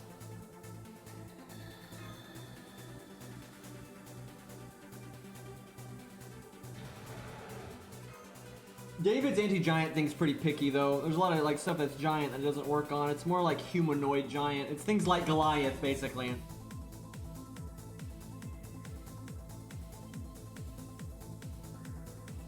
Also, some things just don't get tagged correctly. Like, this may have changed, but I tested this on NA and JP. We actually did it on this. We did this years ago on the stream. And we actually corrected the wiki because the wiki had it listed that Megalos counted as giant, like Arthur. But we actually tested it on stream, and he doesn't. And I even sent them the footage, and they actually fixed it. But you know, who knows? Maybe they've changed that since. But as far as last time I tested it, you know, Megalos did not even count as giant for Arthur. And obviously, there's differences. You know, there's overlap between Arthur and David, but they don't. You know, there are two different traits that they look for. But there are a lot of the times the enemies overlap. But because Megalos didn't have Arthur's, I would not be surprised if he doesn't have David's. And I've always thought the reason Megalos doesn't have Arthur's is just an oversight. Like, I don't think it was, like, you know, any reason. I think it was just a mistake. And they've made mistakes like that in the past. It's not like they, put the right traits on everything, ever. And there's been mistakes like that before where they fixed it. Where, like, an enemy doesn't have a certain trait, and then they fix it. That's happened from time to time. But I would hope that when making David's buff that they put Giant as one of his traits, because this, like Goliath, this thing, like, I mean, obviously the right kind of shit, right?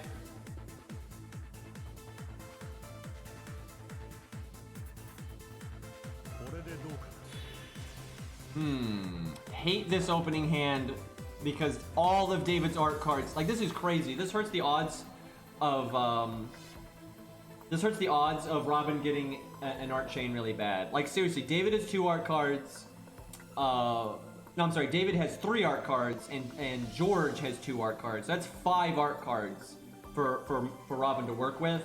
And 4 out of the 5 are all in this hand, right? So, that's not so great.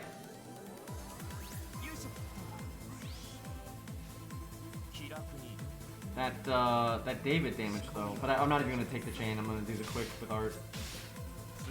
Can matter because 6% MP gain. That can definitely matter. Tama only has the child trait in stage 1. That's such a rare specific thing. But if you change her to stage 2 or 3, she loses the trait. So if you're fighting a boss that has the anti-child trait and you have Kama, you are better off switching her out of stage 1. So that's kind of funny.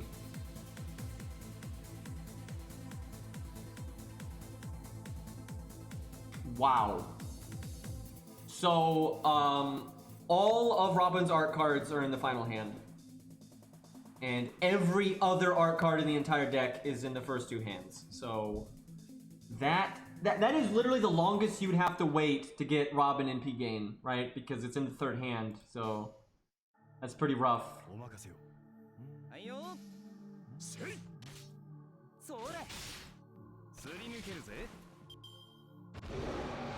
what's her name? What's the witch in Hansel and Gretel?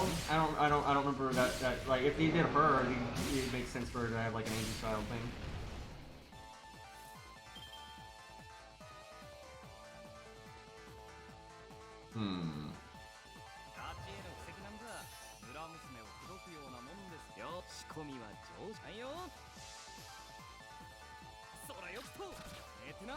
I'm not sure that witch has a name. You may be right. I would suspect if you look through it, because you know there's a million versions of that story as always. If you looked hard enough, there's probably some old version where she has some kind of name, but who knows, maybe not.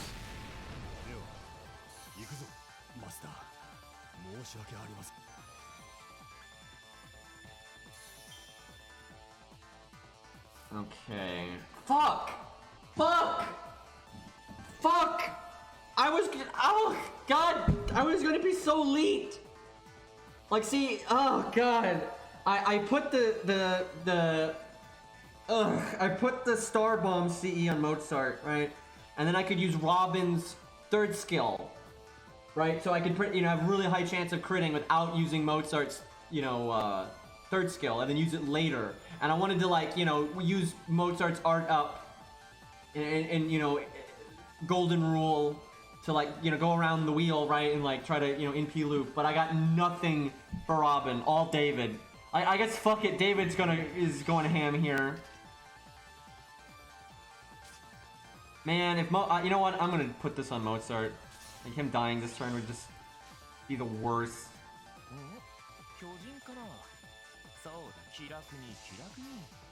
The nightmares if David doesn't kill one of the health bars here.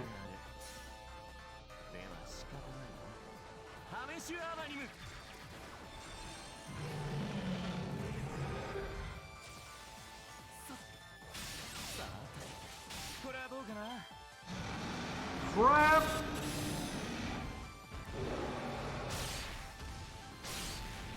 It's because he's known as Darius Age 3, as in like Darius from the Third Age, right? Like that's what it means, but it sounds dumb when you say Darius Age 3, because it sounds like, hi, my name's I'm Timmy and I'm this many, right? That's what it sounds like, so.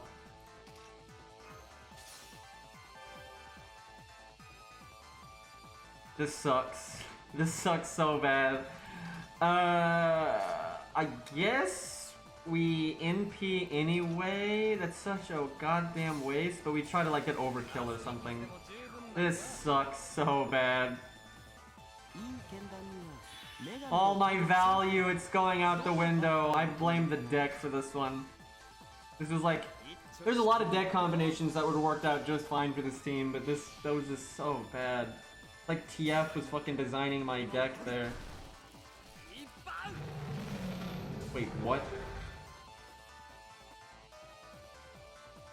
Did I not poison him? No, I did poison him. Does he have some kind of fucked up resistance in this fight? I don't remember. I guess, but I don't remember him having any kind of resistance in this fight. He actually has defense down, but I just NP'd him with poison and art up and attack up for 37k. Not exactly the strongest hit, you know.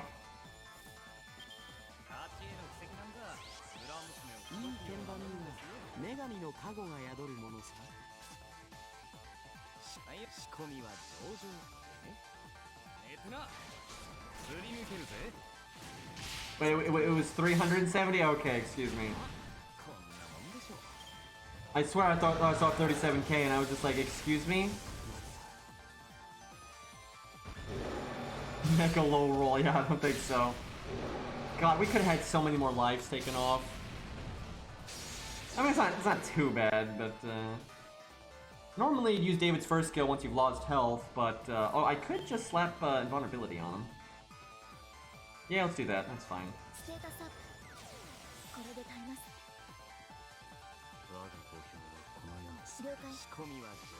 Robin is awesome, by the way. I would love for Robin to be a main character and kind of like a down-to-earth kind of normal story, like not take extra nonsense or that. Just have, you know, whatever master, and they summon Robin, and like that would be. I would love some like more characterization and screen time for him like that.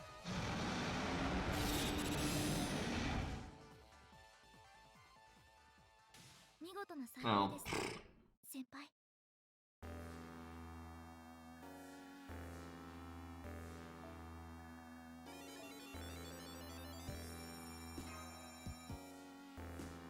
Man, I know Penth shows up and is, you know, doing drive-bys at some point. Oh yeah, that's when you figure Columbus shows his true colors and all that.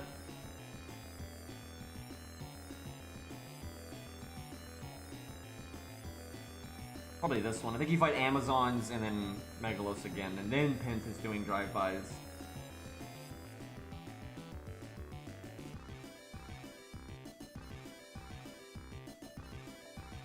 What do we want to use?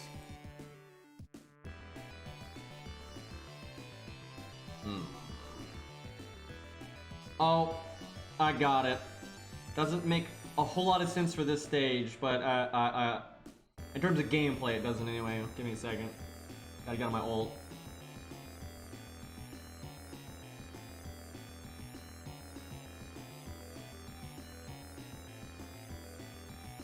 I don't know why it's hard to understand why Irisveal is younger than Ilia, because Irisveal dies. And Ilia just gets to stay alive for a long time. It's almost like Fate Stay Night takes place a long time after Fate Zero or something.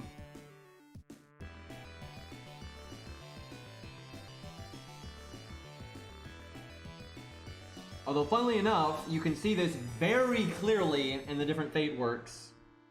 So when they made Fate Stay Night, the visual novel, obviously, you know, the basic events of Fate Zero they had already planned, but like the exact details they hadn't, and it's quite obvious that they had never intended Ilia to have any connection to Kurotsugu, right?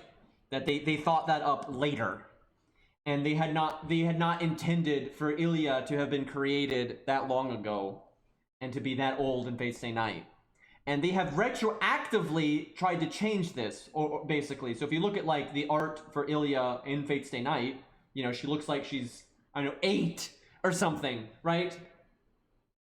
And then if you look at more recent stuff, especially by Ufotable, she looks much older as of like Unlimited Blade Works and stuff. She looks much older, right? She still looks like they started to draw her like she's someone that looks young for her age. That's what how they started to draw her, right? She is straight up looks older though, in like Heaven's Field, Unlimited Blade Works, all that stuff. But they try to kind of make her look like she looks young for her age. That's absolutely what they're doing. And it's because when they, you know, fleshed out the Fate Zero stuff, you know, they had, you know, oh, Ilia's Irisveal and Kurotsugu's kid, so that means there's, you know, 10 freaking years, you know, between the events of Fate Zero and all that, and obviously she was born before the Fate Zero started even, so they're like, oh, this isn't quite right. So that's something they've had to try to like twink. But then you have the writers of Prismilia, which are different people entirely, who are like doing the opposite and trying to make her look even younger because, you know, obviously the audience they're going after there, but you know, not a big fan of that.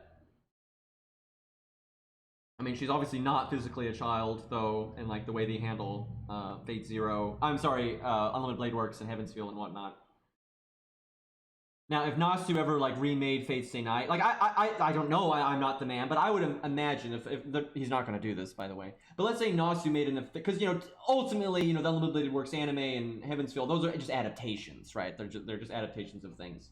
But so let's say Nasu or Type Moon decided to make an official reboot of Fate Stay Night, right? So they're basically making a new visual novel, and they're just like a reboot of it, right? I can pretty much guarantee you, although I'm sure they would still make Ilia look quite young, there's no way they'd make her look as young as she did in the original Fate Stay Night. They're not gonna do that. Like because they obviously had not completely, you know, flushed out the prequel timeline, and it didn't really sync up. Like I'm pretty sure Nasu is on board with the way they're handling it in the adaptations. Now again, he might not handle it exactly like they do, But I would imagine you're gonna see. Yeah, well, they already removed the sex scenes. They did that. They actually did that even before the PSP version. I think they removed them just for the PS2 version, which that came out like, you know, way before Fate got like popular and stuff. Okay, on my ult here. Kind of forgot what I was doing for a second.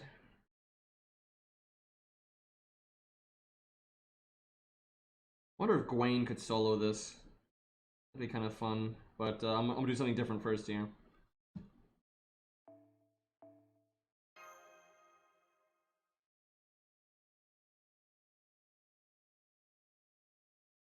Alright, all slot. There we go.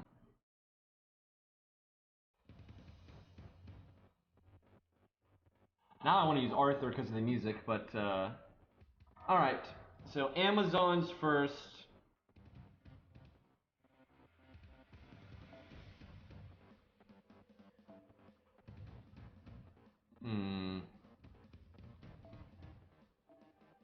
I would do a full Greek team if I could, but I don't have enough.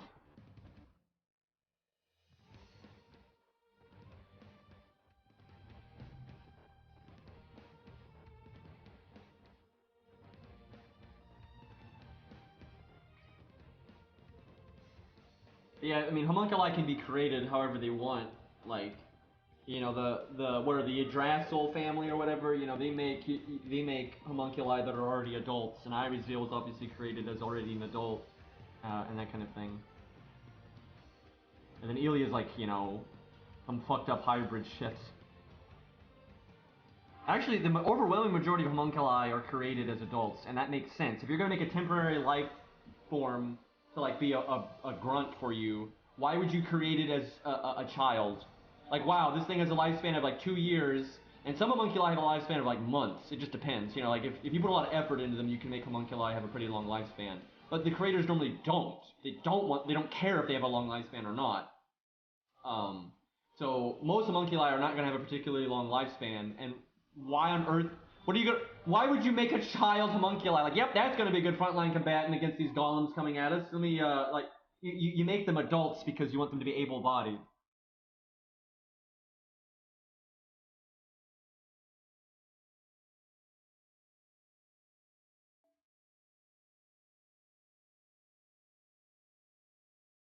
I mean, that's wrong, King. It's not like every homunculi ever made that was not meant for combat was made younger. That's not a thing. That's literally not a thing. It's like Rex said. Rex has said this like 8 times already. Homunculi are a case-by-case basis, which is, of course they are. They're customized, man-made people, right? So it's just like in real life, you know, like robots. We don't make. It's not like we have 2 versions of robots. Right, you know, we make all kinds of versions of robots, and individuals can make different robots, right? So it's like, that's the same thing with homunculi, they're all over the map.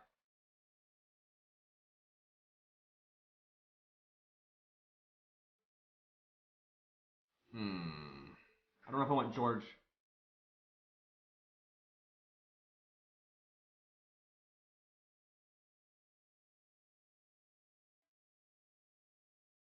That might be too slow. I could have her taunt and die on purpose. It might not happen, though. I basically want to get through the trash without it being, a shit show.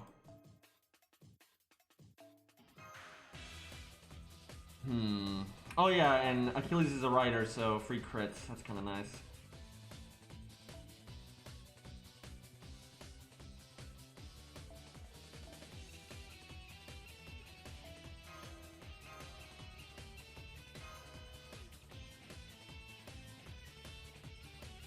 I think people think in absolutes too much, where it's like, it's either X or Y, right? And it's like, nuance, people.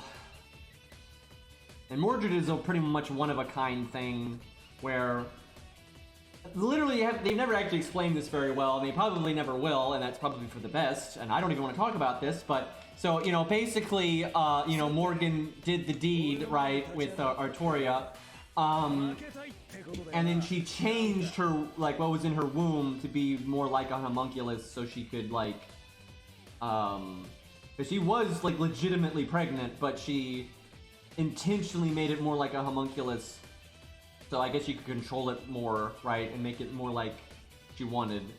but it's still, you know, Mordred is still very human, but she has a lot of like artificial modifications, if you will. That's why she grows up so fast. Because basically Mordred didn't want to have to wait for her to be like, you know, adult ready for, you know, the throne and everything. So she wanted her to age faster and be even more like Arturia and stuff like that. Funnily enough, though, she didn't turn out anything like Arturia, but, you know, that didn't work out. But she's not like any other homunculus, because there's never been another homunculus in all of Fate or the Nasuverse that they're born naturally, right? Because although Mordred has a shorter lifespan when she was alive, it's still way longer than most homunculus, right? It's way fucking longer. And, you know, she has a completely, you know, normal, like, biology outside of, like, the accelerated aging and all that, like, and her personality just, you know, happens like a normal person. Like, she's pretty much a normal person, but she has accelerated aging, pretty much. But yeah, Mordred's pretty weird. Going back again to what Rex said, homunculus need to be taken by case basis. Although even more so with Mordred, because there's just nothing else like that.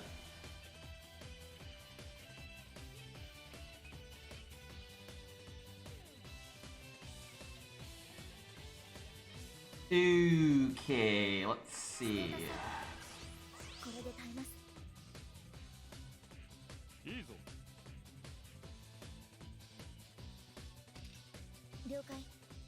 Long story short, Morgan's a shithead.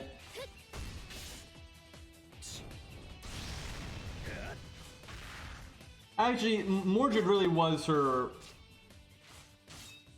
main plan. Not necessarily a good plan, mind you, but at least in Fate anyway.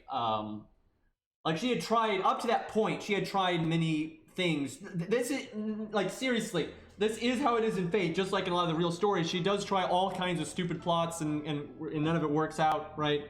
And then, like, her main thing that she tries is the Mordred thing. That's, like, her biggest thing. But she still has other schemes going on and whatnot. And honestly, it is confirmed that she's done nonsense with the Green Knight. You know, they've worked together for one reason or another. We don't know how, but in Gwen's voice lines, they are absolutely referencing that. So they may, I imagine if they ever detailed that, they are not going to have that plan be the same as it was in the actual legends. And for those that don't know, the actual plan in the real legend is Morgan's like, okay, so Green Knight's like the spooky, you know, ghost linked to the forest kind of night person.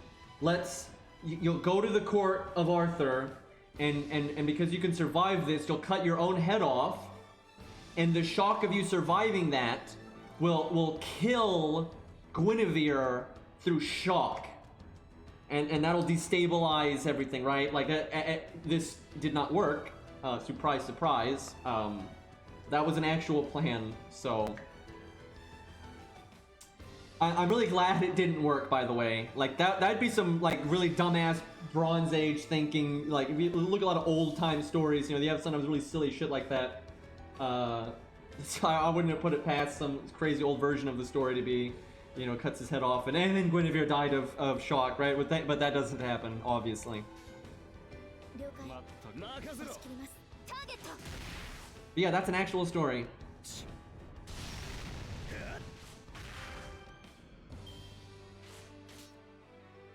I'm actually worried. I honestly think if they ever did Green Knight, I think they would overplay the headless thing, which I think is kind of silly, because most of the stories with Green Knight, there's not much of a headless thing going on, and he's not like a Doulahan, right? Or he's not like the headless horseman, right? He can survive his head being chopped off, but he just puts it back on. He's not like running around without his head. It's just because he's not like a mortal that it doesn't matter, right? And a lot of his stories, like Arthur and Cromwell and stuff, he doesn't take off his head, right? There's no reason to, right? That's not a thing. But because it's such a memorable standout thing that everyone kind of harps on, I have a feeling if they ever did Green Knight, he'd be like holding his head or something. But it's kind of dumb because he never does that. He's capable of surviving his head being chopped off, and he can like put it back on, right? But that doesn't even happen very often, and it's not, you know, it's not like a permanent state or anything. But I really think if they ever did use him, they would play that up too much.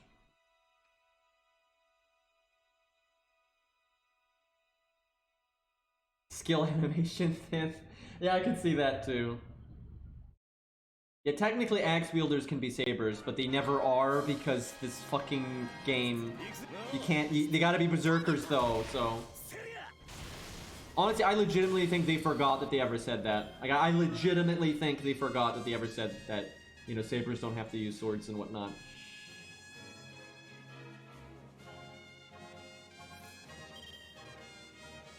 Gwaine actually has multiple voice lines in FGO referencing Green Knight. And then he's referenced in Fate Extra as well. Well, the Extra universe, not in the actual game Fate Extra. It's from Extella, I think? No. I think the one before Link, whatever the fuck that one was.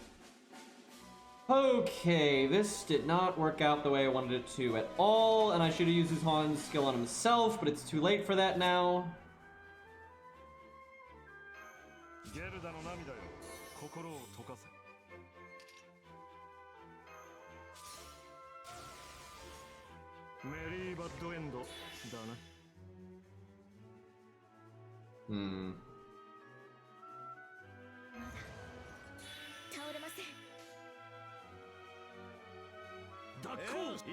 How about this music though? And yeah, they also reference it with his skill. That's his wife's name. Which that is suspect as fuck, by the way. But you know, I would assume though they're just referencing the actual story, and I don't think there actually is anything going on there, right? Like it was just that whole shtick. But we'll see. You never know with Fate.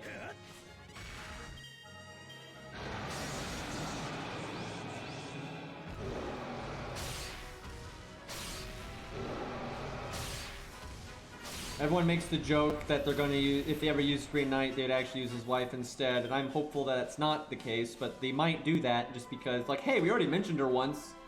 We'll just have her take up the mantle for some fucking reason, because, you know, boobs.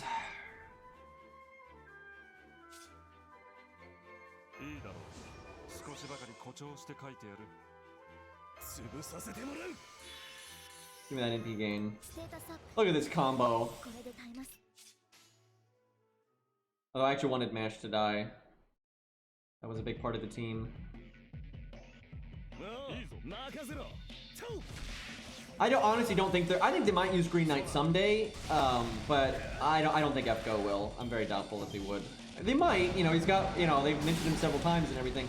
The main thing is, here's a big part of why I don't think they're going to use him. One, I don't think Lost Belt 6 is actually going to be very Camelot related because we can't have nice things.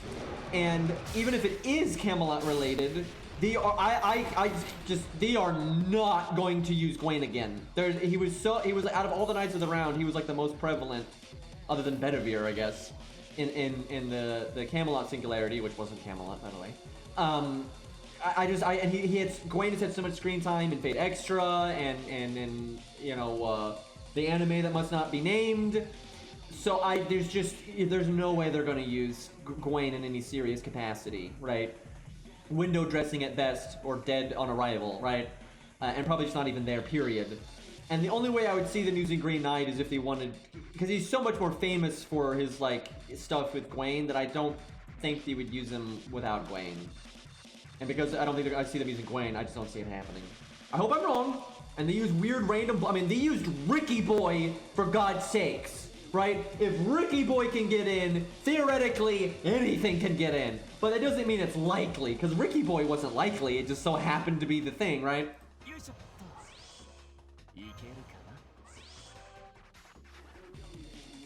Meme encore, yeah, pretty much.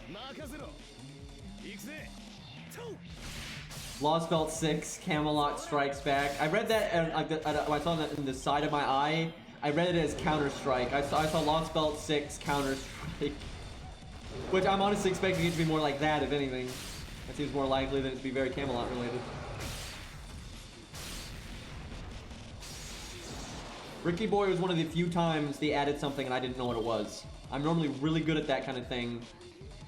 And I was like, who? Like, I had no idea who it was. And I even looked it up and I was still like, who? It took me a while to figure out who he was. Because we didn't have, like, the fan translations ready to go yet and whatnot. Because obviously the game tells you.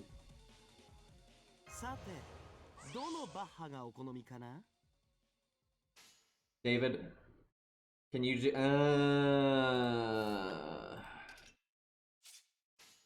I wanted. Okay.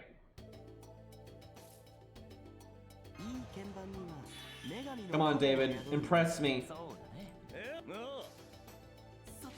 Yeah, there we go. That's my boy.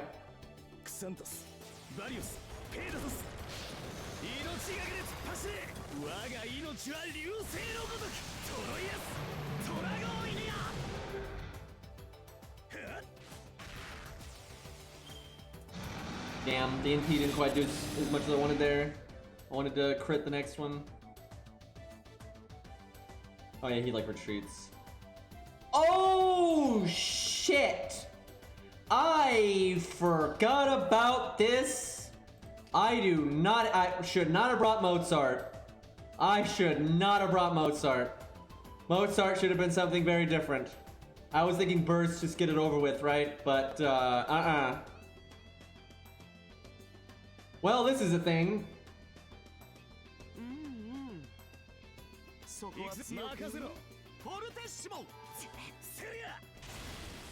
Fitting in a way, but was not the plan. Oh look, anti-Greek damage. I wonder if they've retroactively made her AI go after Achilles, because he didn't exist when they first made this. I don't think so. They pretty rarely will go back and do things like that. They have on occasion, but I wouldn't think they've done anything like that. I will say though, she literally first action did anti-Greek and then attacked Achilles, so. I don't know. We'll see. That is a lot of attacking Achilles there. Could still be a coincidence.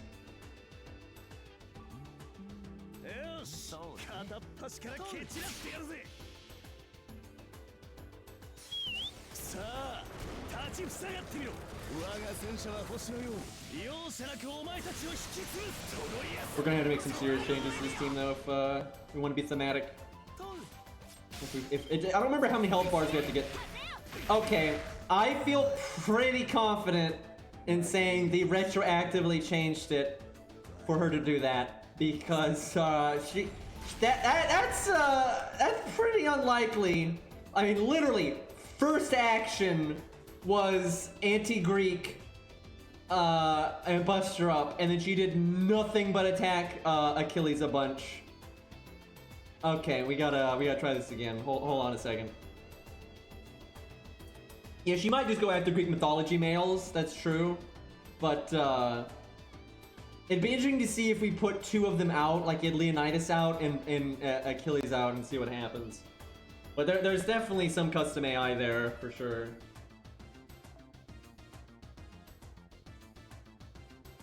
It's like we need story replay or something. Because I don't want to do a lot of testing on this account because I don't want to waste AP on this account, right? Because I don't have a million apples over here. I've only got 100, chat. Okay, so the logical thing is to not even use Achilles until the end. Obviously, if we want to do the Achilles versus Penth thing, but it doesn't really make any sense to use him at the start. I mean, he was fine against Big Boy, but he wasn't like amazing. Let me think.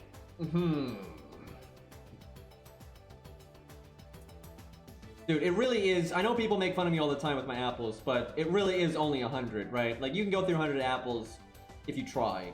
My other accounts are like 800 and 1,000, right? If you compare like my account with 1,000 apples to my account with 100 apples, it's like, yeah, it's only 100.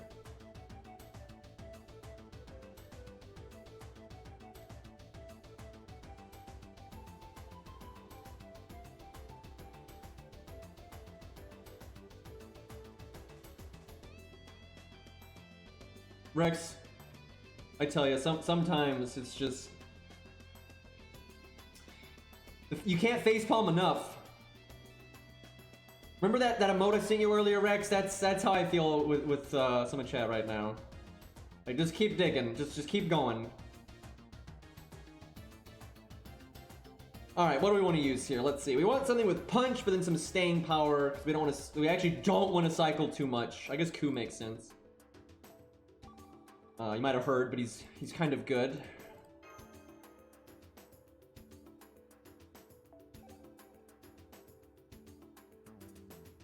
Can you believe, chat? This guy, his house is on fire, and he actually wants the fire department to show up. Right? Can you believe that? He's still calling 911. Oh, what a joker. I have to get through the trash mob, so we can kind of just face tank that. That's not a big deal. We can just drop a bunch of nukes.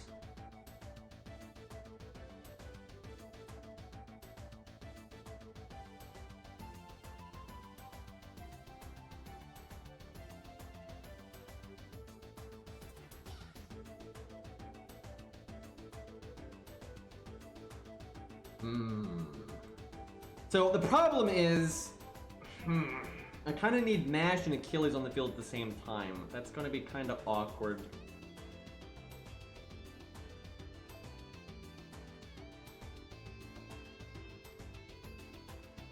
David is probably the most likely to die first. It's David and Robin. Not that big of a difference between the two, but David's slightly more likely to die first.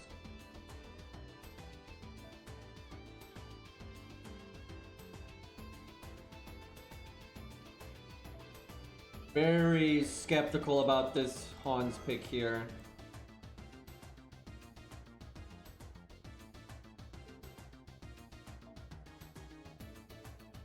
Why did they give this split stats? Like, why? Like, it'd be so much better if they didn't do that. Because fuck you, indeed. I might have to go with this. This is very disappointing, but I don't think this account has so many good CEs, but it doesn't have formal craft yet, I don't think. Actually, I guess this would make a degree of sense. I'm not sure I need starting MP or not. Okay, let me level that. Even though it's not MLB, it's basically a better Ryoto Temple. Like, as non-MLB, it's a slightly better Ryoto Temple, so... Actually, significantly better Ryoto Temple. Feels bad. Da Vinci, please. This is not the right menu.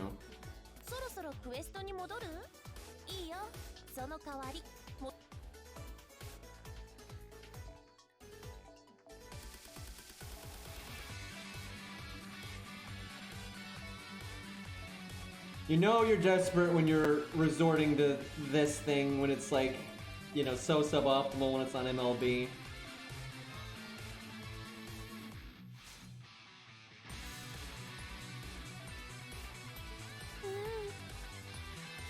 That face when they actually did an animation update for the mailbox instead of adding a safety net, story replay, repeatable challenge quests, main interlude, any of that.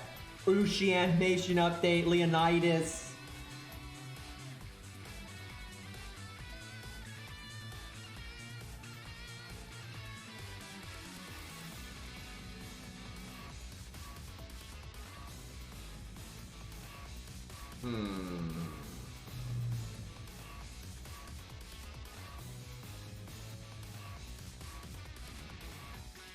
I like how this account has this many when it never had. I never rolled on the rate up, and then my main account has like the same amount when I rolled like 1,000 SQ on 2 of its rate ups. So fucking bullshit. Can I just trade 2 of these to my main account real quick? Just throw them over there. I'll throw a formal craft back.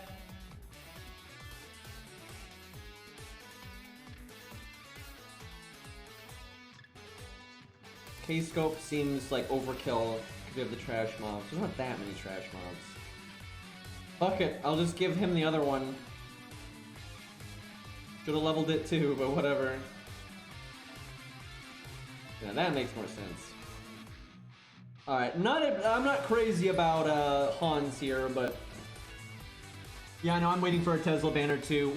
It doesn't matter when they rate it up. If it's before Lost Belt 6, after what... If they rate up Tesla, I'm rolling. I'm going to get him MP2, like...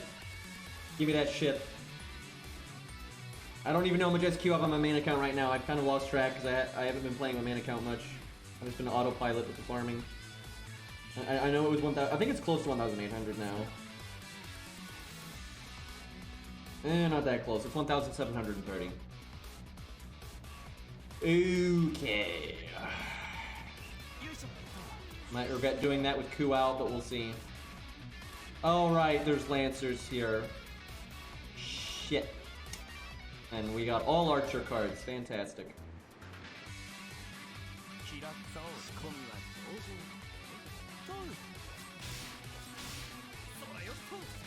Damn it. To kill that one. That's good. Random.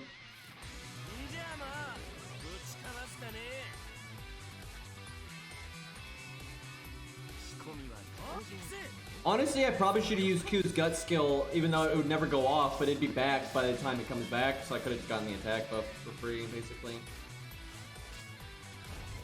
This is not going well.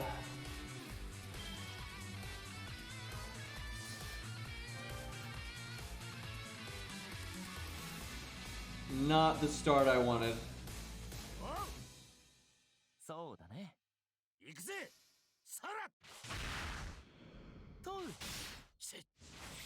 Okay, don't just like attack Ku, there you go, and then cast a skill. God damn it.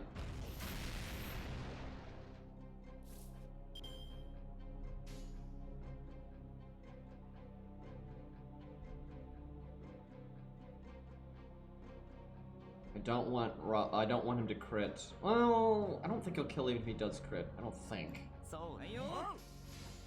Actually, it doesn't matter. It doesn't matter. Yeah, he would not kill. I'm not gonna get to 200% overcharge. I'm definitely gonna NP before that. I actually should have then done Robin's first and then David, so David would have gotten his NP right there.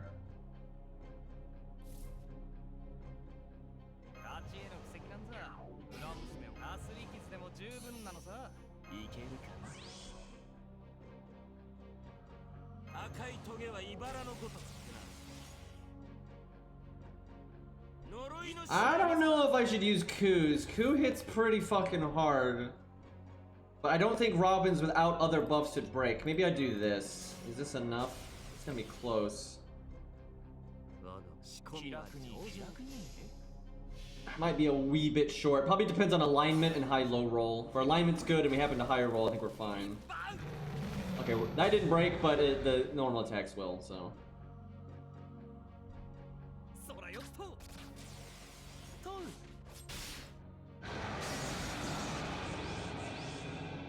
Don't kill David. Yeah, he doesn't need that much damage. I mean, it's a lot of damage, but it's not that bad. Penth, please!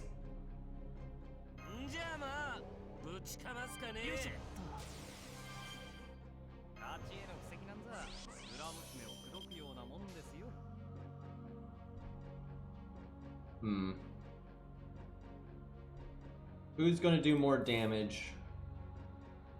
So David's got the anti-giant thing. I'm pretty sure it does work on Megalos. But he's level 70, and Ku has an extra attack up. Probably David still.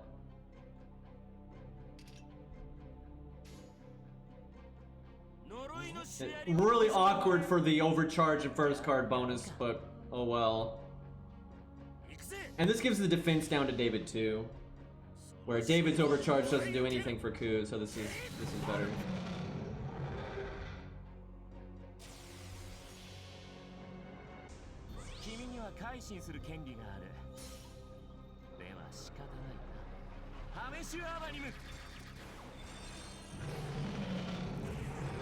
Good, good.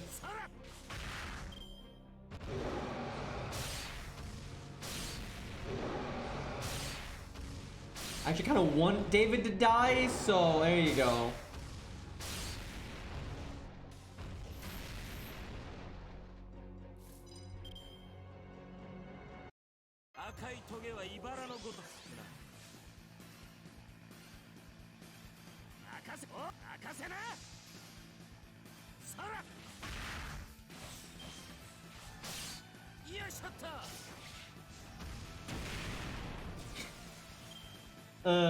Chat. We're getting way too much value out of this team. I'm not sure, I mean, Penth hits pretty hard, so hopefully people will die, but we gotta actually get Achilles out.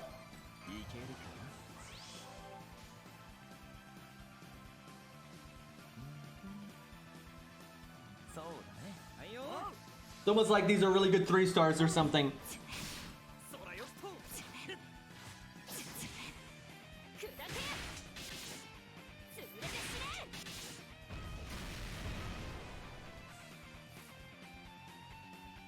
That was a good use of the reverse emote there. I think you have to do 2 health bars here. Better not just be 1, that'd be so fucking disappointing if it's only 1.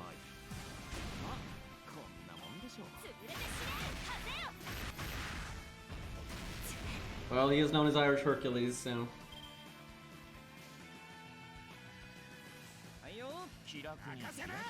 Chat, this team is so good. Like, it's got so much value for being 3 DPS. Well, David's not really a DPS, but you know, it's very not. We only have a dedicated support. We have like a half a support, but they all have self survival. So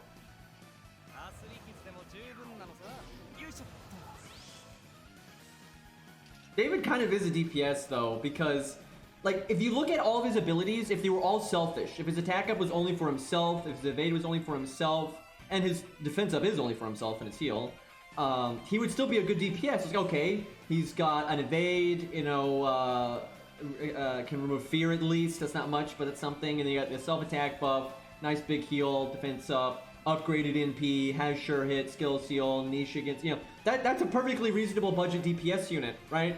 But then, oh yeah, by the way, he also gives the attack up and the evade to the whole team. So, which is so good. You know, he's more of a support than a DPS, but he is good enough to be a DPS.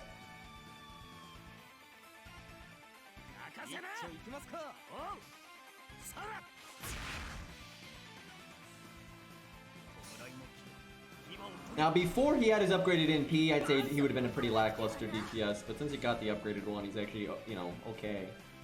Not as good as Robin and that kind of thing, but he's still really good. There we go.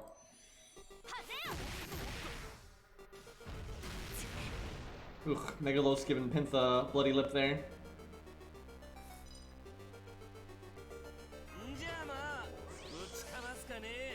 I should not have brought Hans. He's fine. If I wanted to win, Hans is fine, right? I could give Ku some buffs and heal Robin, and then maybe Robin lives to get his 3rd skill back. Like, but we want Achilles, right? Like we want Achilles out, right? Like this would. I'm cheating, chat. I'm gonna look this stage up. I want to see if we win if we break first health bar or not.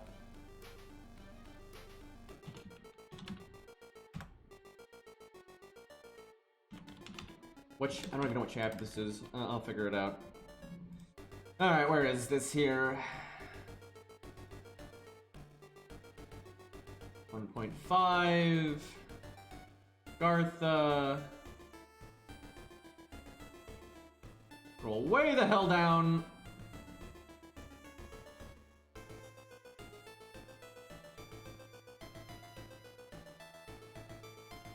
Why is this formatted so strangely?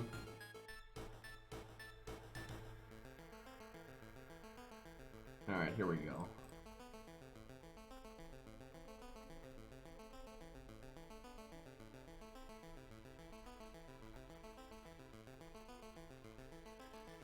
Okay, I think you have to break two of our health bars. So we got some room. No, it says after first HP bar is broken. God damn it. Ugh. This is gonna be very difficult to get enough people killed. And it's gonna feel bad because I'm gonna be whiffing so much value for like no reason. I hate whiffing value. Hell, you could, it wouldn't be that unreasonable to take out 3 health bars of her, because she is a berserker, right? You could, I mean, on a very budget, this account has not farmed worth a fuck, and it could do it. Absolutely, this account could do it. Like, I'm literally holding myself back now. So the easiest person to kill off is Mash, but she's kind of the one we wouldn't want to kill off here. We're not killing, like, Ku's not dying. Also, I don't want Ku to die because it's Ku. I want Hans to die. That would be the dream. But it's gonna be hard. Let me think. I mean, what are the odds that if she impede Ku, that'd be really dumb because she'd get nothing done.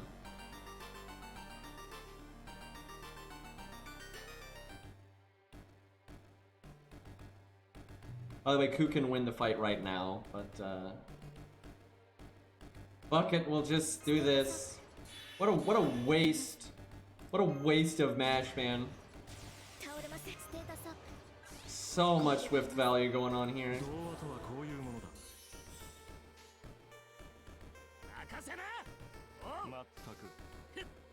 Yeah, Hans should have been Achilles and we would have had an actual thing.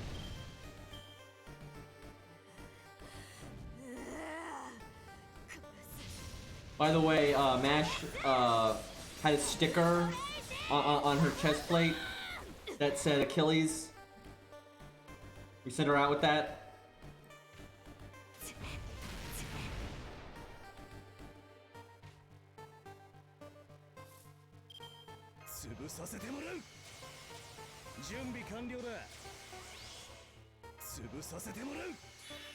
I could have saved Hans' third skill and given it to Achilles, I suppose.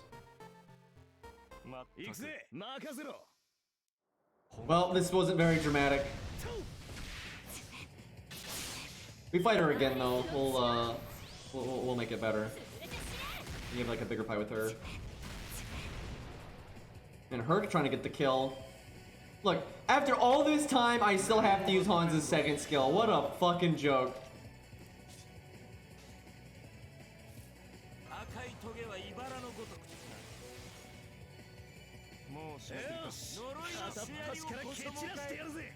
Look about whipped value.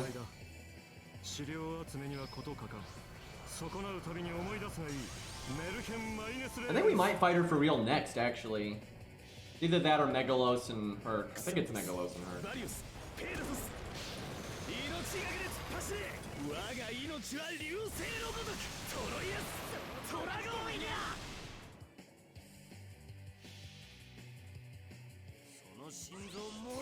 Wait, I didn't bring Herc on this team. Feels bad. That means I'm not getting the bond. Throwing, by the way.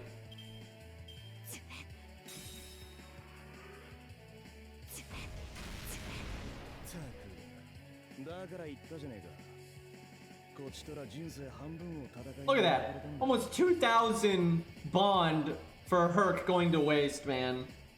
That's like 2.5 free quests.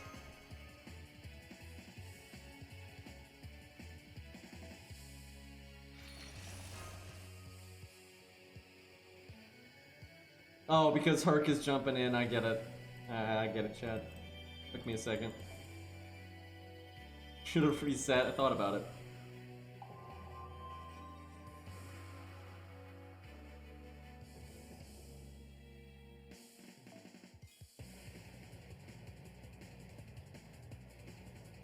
It would not take that long to speedrun from Vyuki to Lost Belt 5 because you don't have to do Shimosa and you can get completely carried by supports the entire time. So it wouldn't take long at all, really. And then as soon as you get to Demeter, you'd have a bad fucking time, but,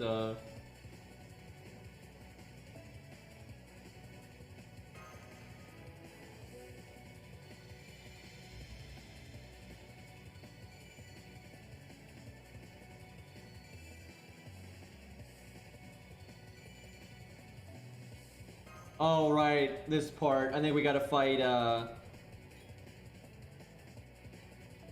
not Drake. I forgot about that. Yeah. Okay. Let's see.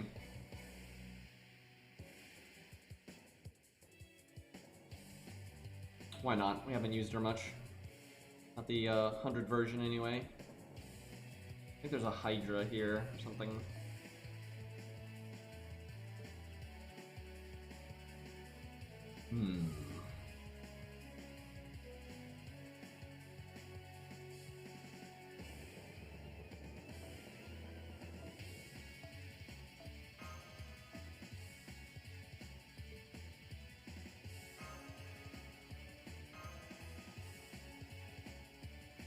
Freaking Hydras, dude.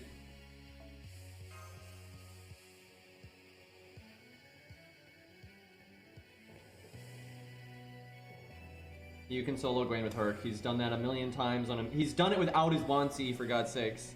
There's like a million videos of that.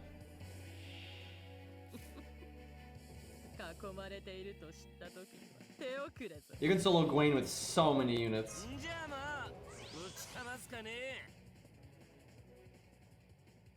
Hmm.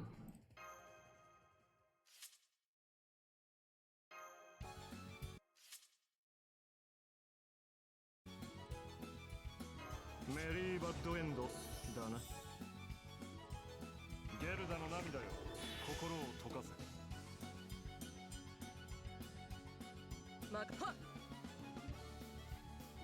Weird turn, but nah, she's not gonna do nearly enough damage. Fuck. Okay. Yeah, she needed like a buster card if I was gonna do something like that. Should've just taken the Brave Chain.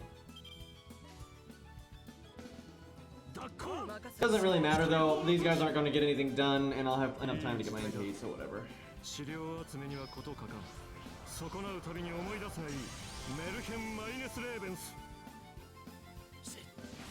Buff block doesn't really work on Herc because of the way Bonsi's work, and you lose the buff block after a while, so it wouldn't be a problem at all. And there's a lot of other things that can solo Surtur. Billy can solo Surtur, for God's sakes. And it's not like you have to solo. While you're going through, you're gonna have a few characters leveled up and useful, and you have the story supports and all that kind of shit. Like Sigurd can get so much done in the fight where you have to bring Sigurd.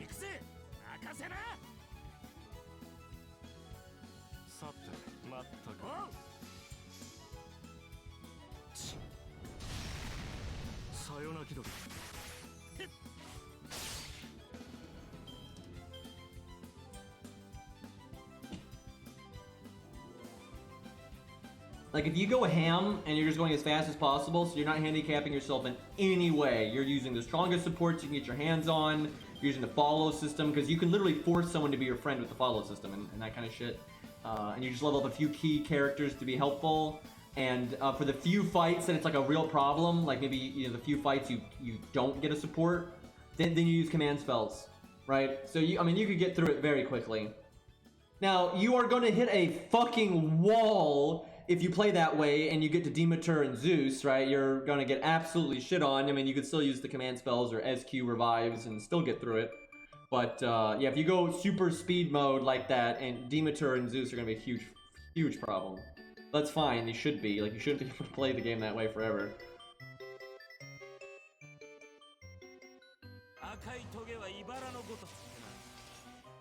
Might actually be more damage than I need on Ku, but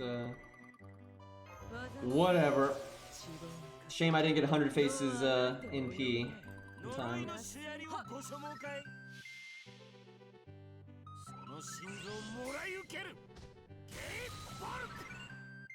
That was about right. Yeah, they get FP.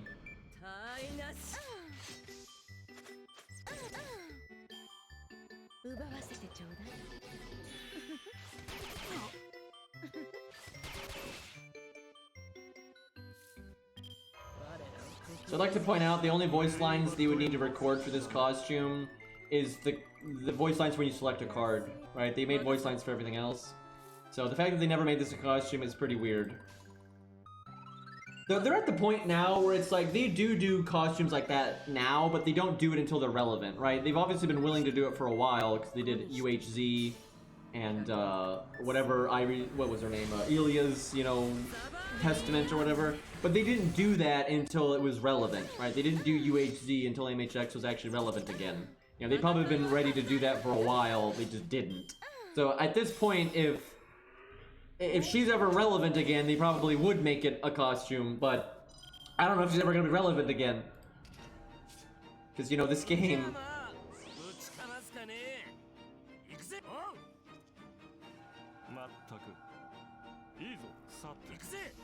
I don't remember if it's a set number of hits or turns, but we shall see.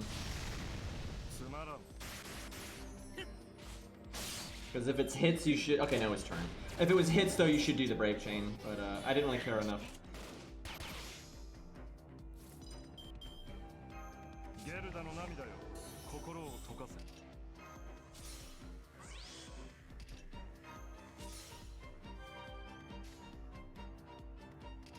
Look at all this NP gain for 100 face. Feels bad.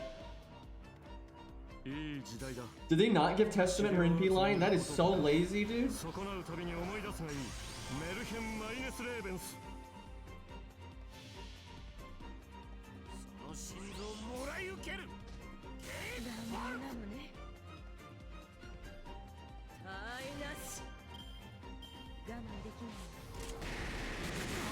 Well, literally anyone else would have been fine. Could you... I wanted her to attack 100 face because she'd get her NP. God damn it. See, Match can give it to her now, but now she's got Pierce. I mean, she doesn't. I don't have Pierce invulnerability, and the boss has invulnerability, so I can't do shit. Oh, there goes my buffs.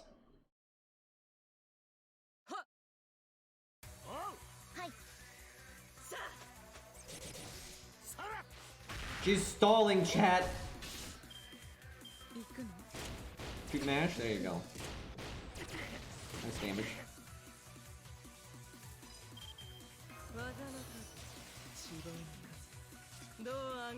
Will be more than enough though.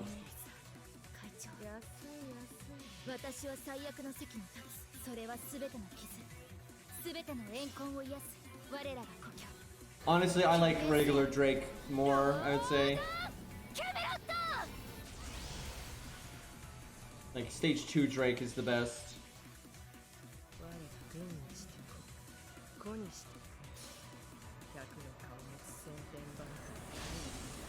Still, it should be a costume though. I mean, they made the art for it and everything, so it's like, why not?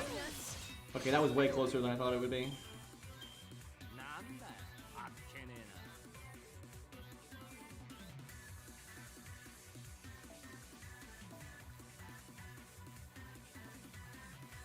I don't even know what Ishtar's stages are. I don't like Ishtar very much, so I don't really like any of them. Let me look. If I had Ishtar, what would I go with? But she like doesn't change. Like literally nothing changes. Like what the like it's like especially if you just look at the art and not the sprite, it's like it's just nothing. I guess stage 3 because at least she's wearing shoes for God's sakes. Like, they're all the same though. They're all the fucking same. I would just go with 3 because, like, who the fuck is barefoot in this day and age? But, yeah, it doesn't fucking matter. Yeah, yeah, there's like minor alterations, right? Like her crown changes like its shade, and there's like a thing on her arm changes color. Whoop-de-doo. Like, oh man. Like, it's a whole lot of nothing. But that is basically how everything in Babylon was. They were adding so many servants at once. It's obvious that they really phoned it in on the Ascensions. Yeah, a lot of berserkers, you know, don't wear shoes, which I mean, their skin is like made out of rocks, so I guess it doesn't really matter. But it still looks kind of dumb. But what are you gonna do?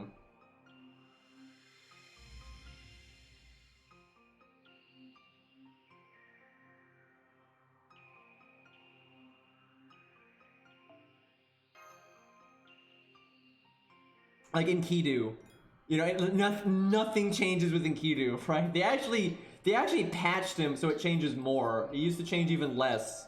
Like he used to not have the feathers and all that in his stage 3, but they patched it to make it, you know, I guess less disappointing.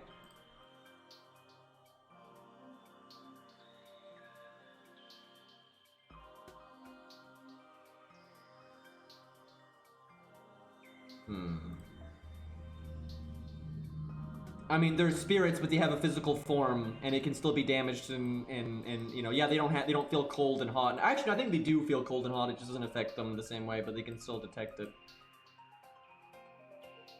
It also doesn't change the fact that it looks stupid.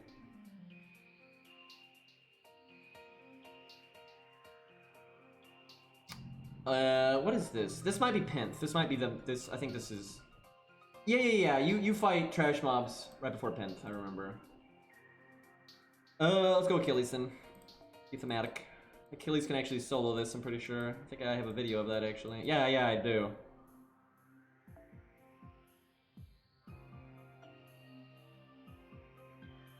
Yeah, fuck it. Let's go solo mode. Why not? No, I gotta bring a Hercules. Besides, you know, a lot of times soloing is legitimately easier. It just depends. It really just depends. Some fights are harder to solo, some are easier. It's all over the place. This fight I think would be easier to solo though.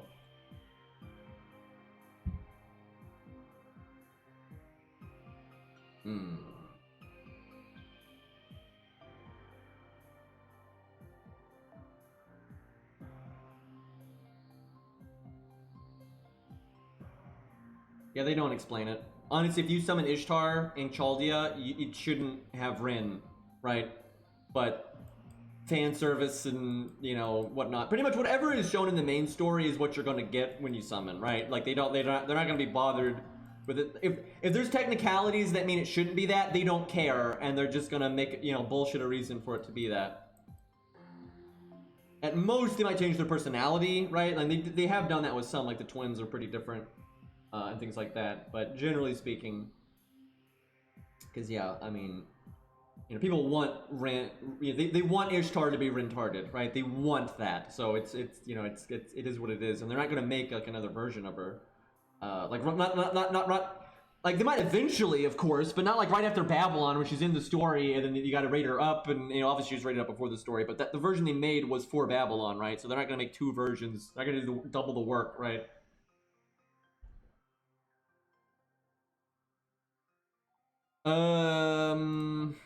I don't really need K-scope, but I guess it's fine.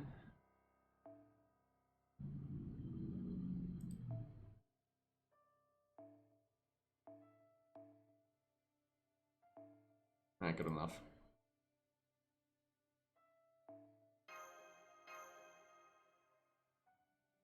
There might be debuffs here. I don't really remember. I guess, well, the attack up is nice. Nah, we'll do this. She puts a lot of defense down on herself, so you're basically getting attack up.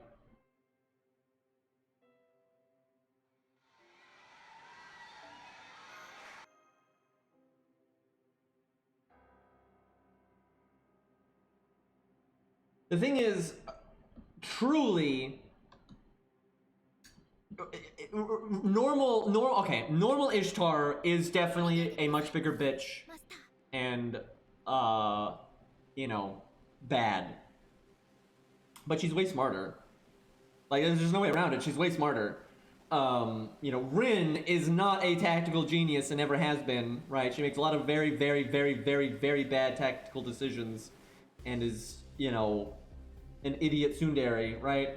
And gets in a lot of trouble because of that. And that carries over to Ishtar, and as such, Ishtar becomes way clumsier and stupider and whatnot. Like, seriously, you compare, like, pure Ishtar from Fate Strange Fake to fucking, you know, Babylon Ishtar. I mean, it's and the difference is Rin, right? So Rin is stupid. That is just a fact. Like, if you look at the Fates of the Night and everything, she's pretty untactical.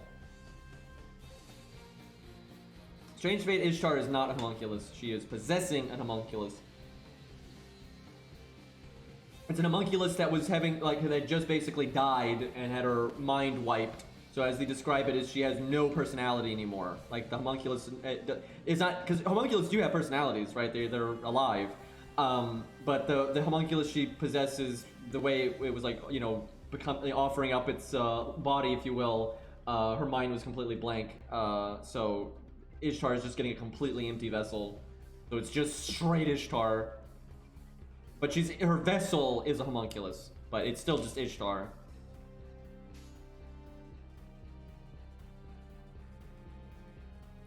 Okay, it's just these three and that's it.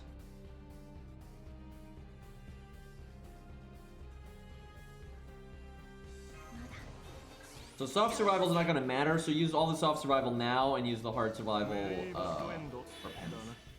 That would be the smart way to do this.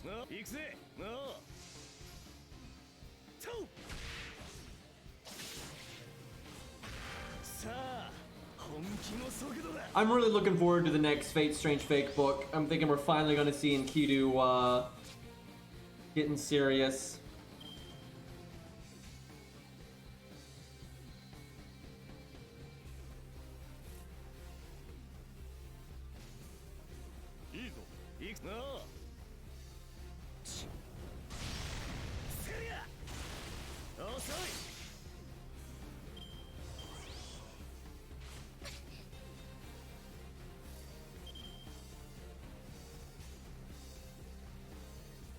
Double defense up's kind of annoying. Alright, Mash, come on, you got this. I don't know, that's probably just 20% defense buff, so she should be alright. Give him the bonk. I like how when she slams the shield into the ground at the very end, it makes the camera shake. Kind of funny.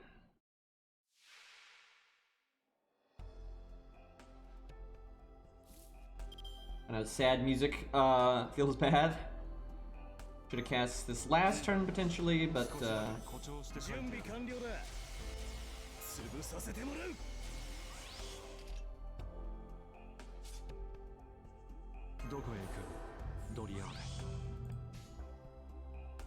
as much as I want to do mashes in P, I gotta take the quick chain. I mean, come on now.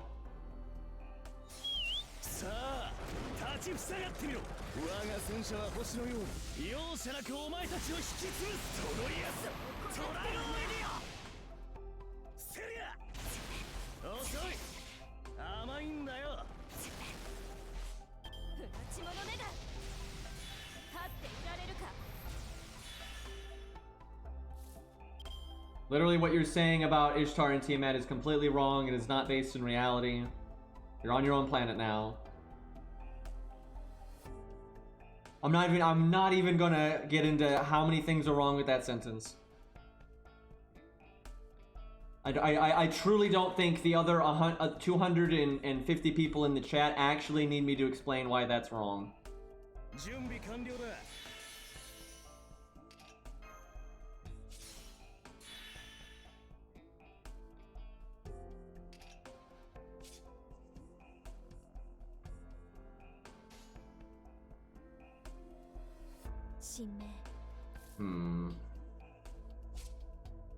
This turn kind of it's fine. I can't cast my other invulnerabilities because we have the lingering invulnerability, but we've got all the defense up and stuff, so it doesn't matter, even if she does double attack. Dude, you have literally no idea what you're talking about with Fate, by the way. Like, you have absolutely no idea. No, I don't think it's a troll. I think it's someone that has only watched the anime and has just filling in the blanks with a lot of nonsense. The whole Tiamat missing her brain thing is because of Tiamat, not because of Ishtar. That's all Tiamat on herself. See, chat, remember when I said that I didn't like how the anime did not explain what the hell is going on with Tiamat? Like, I was like annoyed that they omitted that information, because I was like, I think this is gonna give people like the wrong impression about like what Tiamat is and how she works and like her character and motivation and abilities and stuff. Remember when I said that? This is why.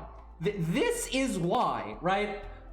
Because everyone just comes up with insane bullshit where they think all kinds of nonsense. And I feel, oh, by the way, I feel really bad for Rex because now he has to listen to everybody say all this nonsense about Quetz. So that's great.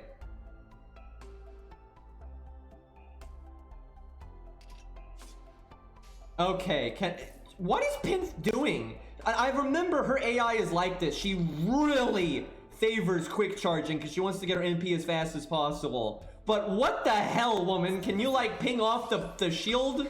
I'm wasting so much value here. You're killing me.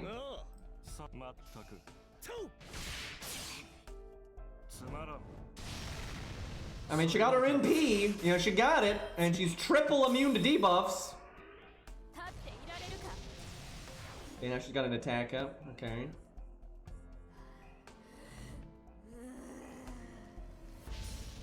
God, Tiamat. Ishtar wishes. Wait, that didn't go for Achilles, unlike the other one. I wonder if this one doesn't do that. I was so sure she was gonna... I guess this one's just attacking at random. Feels bad. And I wasted my, I wasted my taunt then. But yeah, Ishtar wishes she could do literally anything to Tiamat.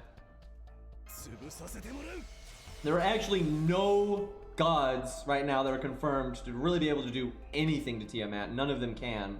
And they straight up say in Tiamat's character material that she is stronger than all of the other gods because she's not a god or a goddess. She's a primordial goddess, and that is above all of the regular gods and goddesses, which is reasonable. But yeah, Abuzu probably, but he's also a primordial. He's not a god. He's a primordial god.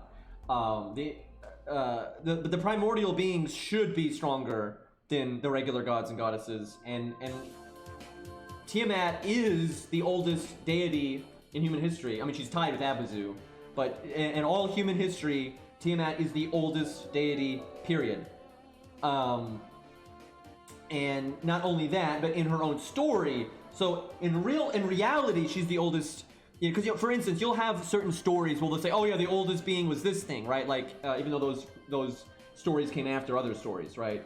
Like in Christian, stuff, their god is the oldest thing, and then in Indian mythology, their god is the oldest thing. But in reality, in terms of when the order that these things were created, Tiamat and Abuzu are the oldest deities in human history. And then in their own stories, they're also the oldest deities in history.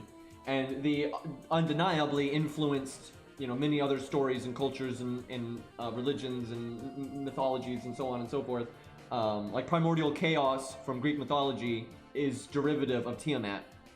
Like, absolutely.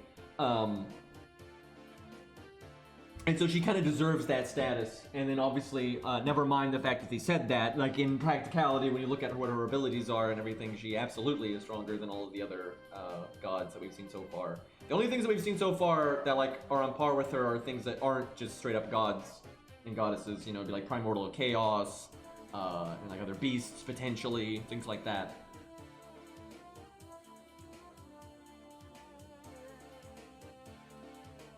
And Gramps obviously was a big part of why they were able to beat her, but even Gramps couldn't beat her on his own, not even close. Like, guys, I gave her the concept of death, and now I have absolutely no way of killing her. But but if he hadn't done that, like, not only did Gramps need to do that, but she needed to be in the underworld, right? If she was on Earth, they could have done anything, right? Like, if she's on Earth, you're so fucked.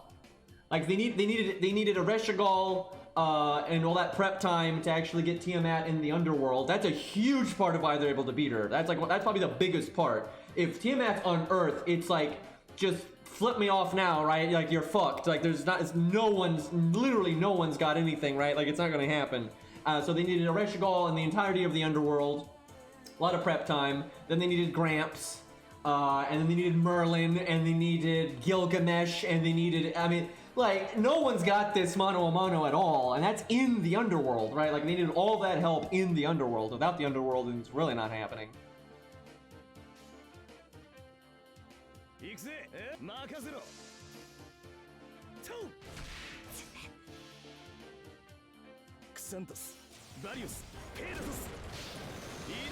Like, there are random things in the Nasuverse and even on servants that might potentially be able to beat Tiamat, but none of it's like confirmed. And I've always said the few things I can think of that like might be able to beat Tiamat on Earth would be things that also would blow up the fucking Earth. So that's like, wow, that helped. Guys, we saved everyone from Tiamat. Guys.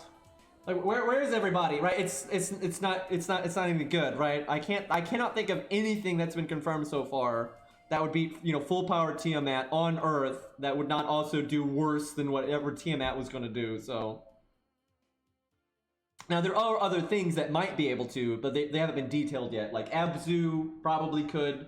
It's pretty easy to going by the legend that Abuzu is probably stronger than Tiamat, but it's hard to say. And they've already confirmed that he's a primordial god, just like she's a primordial goddess. And then, like, Chaos is confirmed to be a primordial god. Well, a primordial being. I don't know if they ever call him a god, but so he potentially could too. I wouldn't really bet on him, and honestly, because he is derivative of Tiamat, I would prefer they don't make him able to do that. But who knows? And there'll probably be some other things that pop up here and there, like maybe types. We literally have no idea where types land in the hierarchy with beasts. I would assume types are more powerful, though, which is kind of bullshit, but they've already implied that pretty heavily because the alien god has said B7 is not a strong enough vessel for him or her. It doesn't really have a gender as far as I'm aware, but the alien god pretty much says, B7's not strong enough of a vessel, and they would rather have Ort, right? That really implies, now yeah, we don't know how strong B7 is relative to Tiamat and the other beasts and stuff, but it's pretty easy to take from that that orc and then the other ultimate ones are probably stronger than beasts. Now, one way that you could make that reasonable is if like you make things like Tiamat much stronger when they're not a beast, which they've kind of already hinted at that. So that would kind of, you know, even the because it is kind of bullshit if Ort is somehow stronger than a primordial deity in its like truest form. Do I have to read this? I really don't want to read this. Dude, you, oh my god, you have no idea what you're talking about.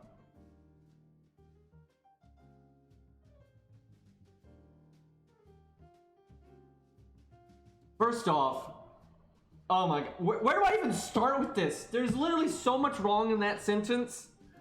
First off, a regular Holy Grail has never made a singularity so powerful and large that it encompasses an entire universe. That has never happened. I don't think you realize how large a universe is. Nothing in the Nasuverse has even gone beyond the solar system, and generally not even beyond the planet. There is absolutely no world where any Grail is capable of warping the entire fucking universe. Like, literally nothing in the Nasuverse has ever done that, and probably never will, because the size of the universe is absolutely ridiculous. That is not a thing on so many levels. First off, I just most of what you said is just factually wrong. Like, none of this happens. Like, what? Like, this is not the reason for, like, the brain thing with Tiamat. Like, like, good God, please, go look up Tiamat's character material book. Because this is so not accurate. Anyway, yeah, Grails are not that powerful. The Grails that Tiamat have are not the reason for the brain stuff at all. Like, what the fuck are you talking about? You do not, you're trying to put Ishtar on as stronger than Tiamat because of a Grail. That has nothing to do with it.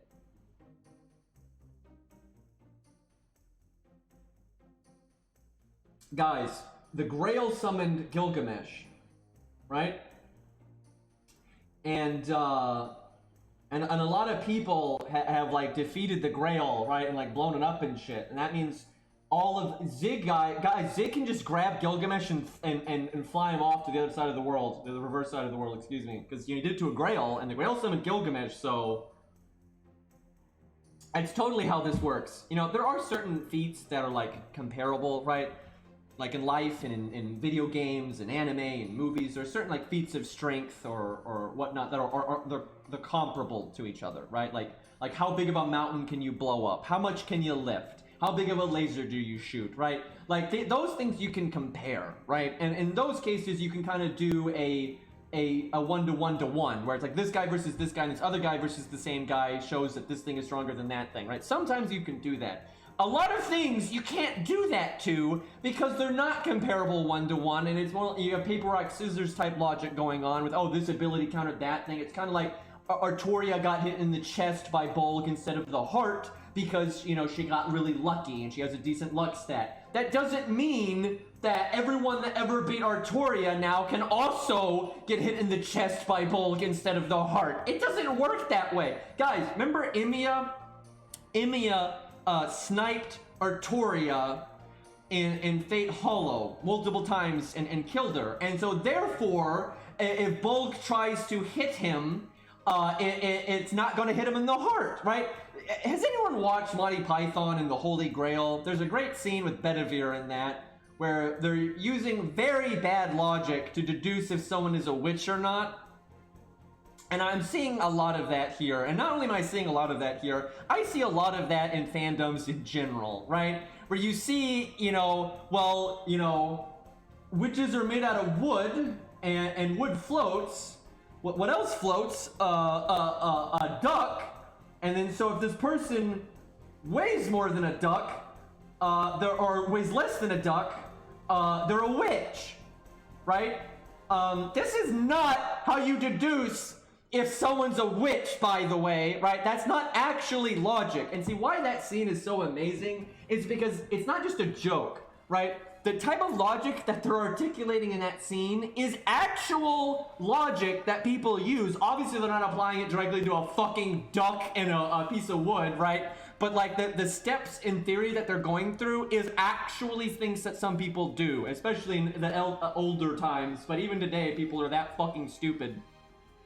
Like, I don't know why, but they are, right? Like, again, some things are just, most things are not comparable one-to-one, right? Like, an Apple is not comparable one-to-one to an Xbox 360 controller, right? There's no comparisons to be made here, right? So I can eat a banana, and this was a big banana, right? It was like an abnormally, like a genetically modified banana, and it weighed more than the controller, so I can eat the control. Like, no, there's no comparisons to be made. One thing's a piece of technology to interfacing with like a computer and a video game console. The other one's food, right? These are not comparable things, right? And it's the same thing in the Nasuverse, right? There's just so many things where these are not one-to-one comparisons in any way. Like, something that is a one-to-one comparison would be like, you know, the destructive force of like Excalibur versus the destructive force of like Carnazin P, right? They're both big boy nukes, right? These are very comparable things. It's just big destructive force, right? So like that's something that you can compare. But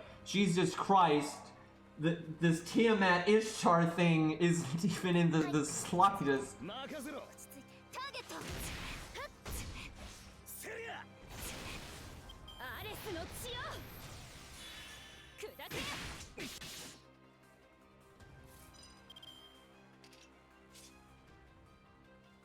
I can't believe I had to have that conversation. That was one of the more painful things I've seen in my. I've been, you know, streaming and making YouTube videos and, you know, talking about the Nasuverse and everything for a long time, and that was. This is. I'm not gonna say it's the most off the wall thing I've seen. It's really not, but it's up there. I've seen some shit in my time. I just wish when people wanted to have insane opinions. Okay, here's the thing. A lot of people don't care, and that's honestly beyond reasonable. It's just fiction. Right now, sure, it can be fun to nerd out over these things and whatnot. Excuse me, Marps resubbed for 2 years. I would like to request some Centipede fun as a late birthday present. Yeah, we're gonna play some Ys Origins at some point. I don't know why you want to see me scream at my computer screen, but, you know, I guess I do that anyway. A lot more in that than normal, though. Oh, God. But thank you, Marps, for the 2-year resub. And happy belated birthday.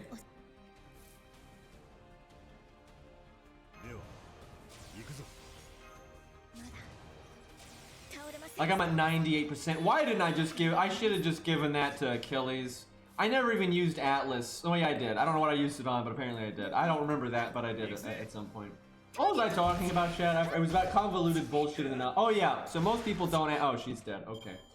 Anyway, most people don't care, and good. That's fine. Most people shouldn't care, really. But it's fun to... I just swallowed water down the wrong tube. Excuse me. I hate when you do that because you start coughing violently like it's a problem, but it's not actually serious. Woo! Talking about things that don't matter. Anyway, so yeah, most people don't care about Nasuverse stuff and like hardcore how things work.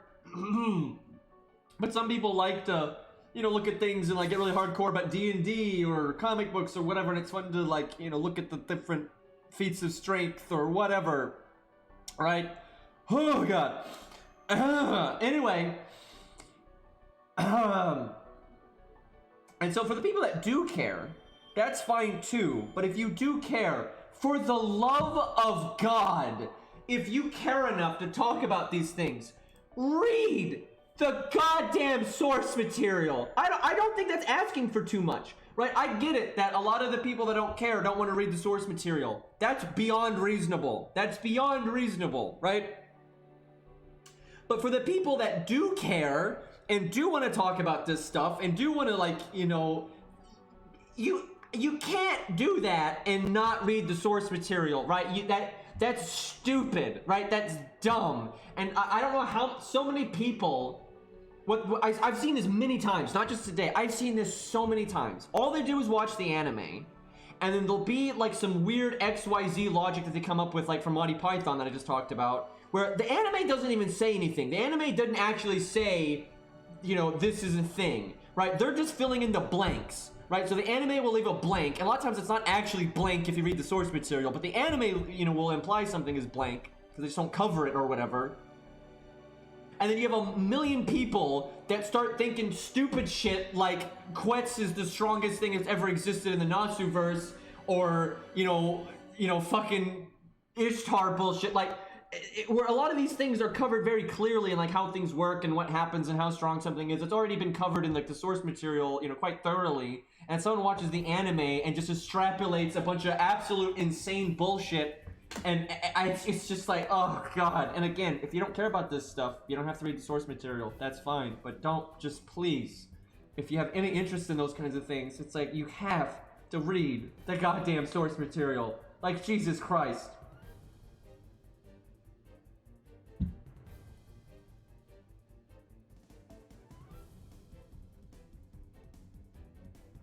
And now chat's talking about story banners for some reason. Alright, this is probably Megalos and whatnot. Now, I know this is going to be disappointing, but I think I'm going to stop here because I need to go, like, do some real-life stuff real quick, and I'll stream again later. I might play, like, Genshin Impact or Ninja Gaiden. I can't play Ys Origins because I don't have it installed, and I don't actually have a lot of hard drive space available right now. That's something I'm going to have to, like, set up and plan. But I will play Ys Origins again at some point because I do enjoy that game. But yeah, I'm gonna take a break. I'm gonna eat and all that kind of thing, and I'll come back with another game, and we'll go from there. Probably Ninja Gaiden, because I like to stream it at least one more time. I like to stream it at least one more time. I'll only stream it the once, so I'll play it maybe one more time, and then maybe we'll mix it up with some other games. But thank you all for hanging out. That was kind of a slow stream, just talking about bullshit nonsense in the Nasuverse. But yeah, I think we got some good boss fights coming up next. I think the pillar is going to be a bit of a bitch, but I know the fight decently well. I think the fight with the pillar that's going to be annoying is actually the one you fight him twice. I think the first fight's going to give me more of a problem than the second one, because it's slightly different, but we shall see. Mori's only been rated up twice so far. He was rated up for, which is disappointing, he was rated up for Gura Final, and then he was rated up for the rerun of Gura Final. Where Izo was rated up for Gura 3, and then he was rated up before the rerun, just randomly, and then he was rated up again for the rerun, and then he was rated up again after that. So Izo, who's the other limited 3-star, you know, has gotten lots of rate ups, and it's really not been a big deal to get him at all, right? If you missed one, you just wait a while and you get another one. Where with Mori, so far, it's been Gura Final or Get Out.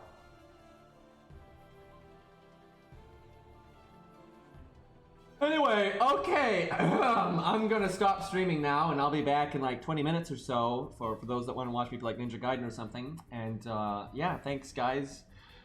Bye!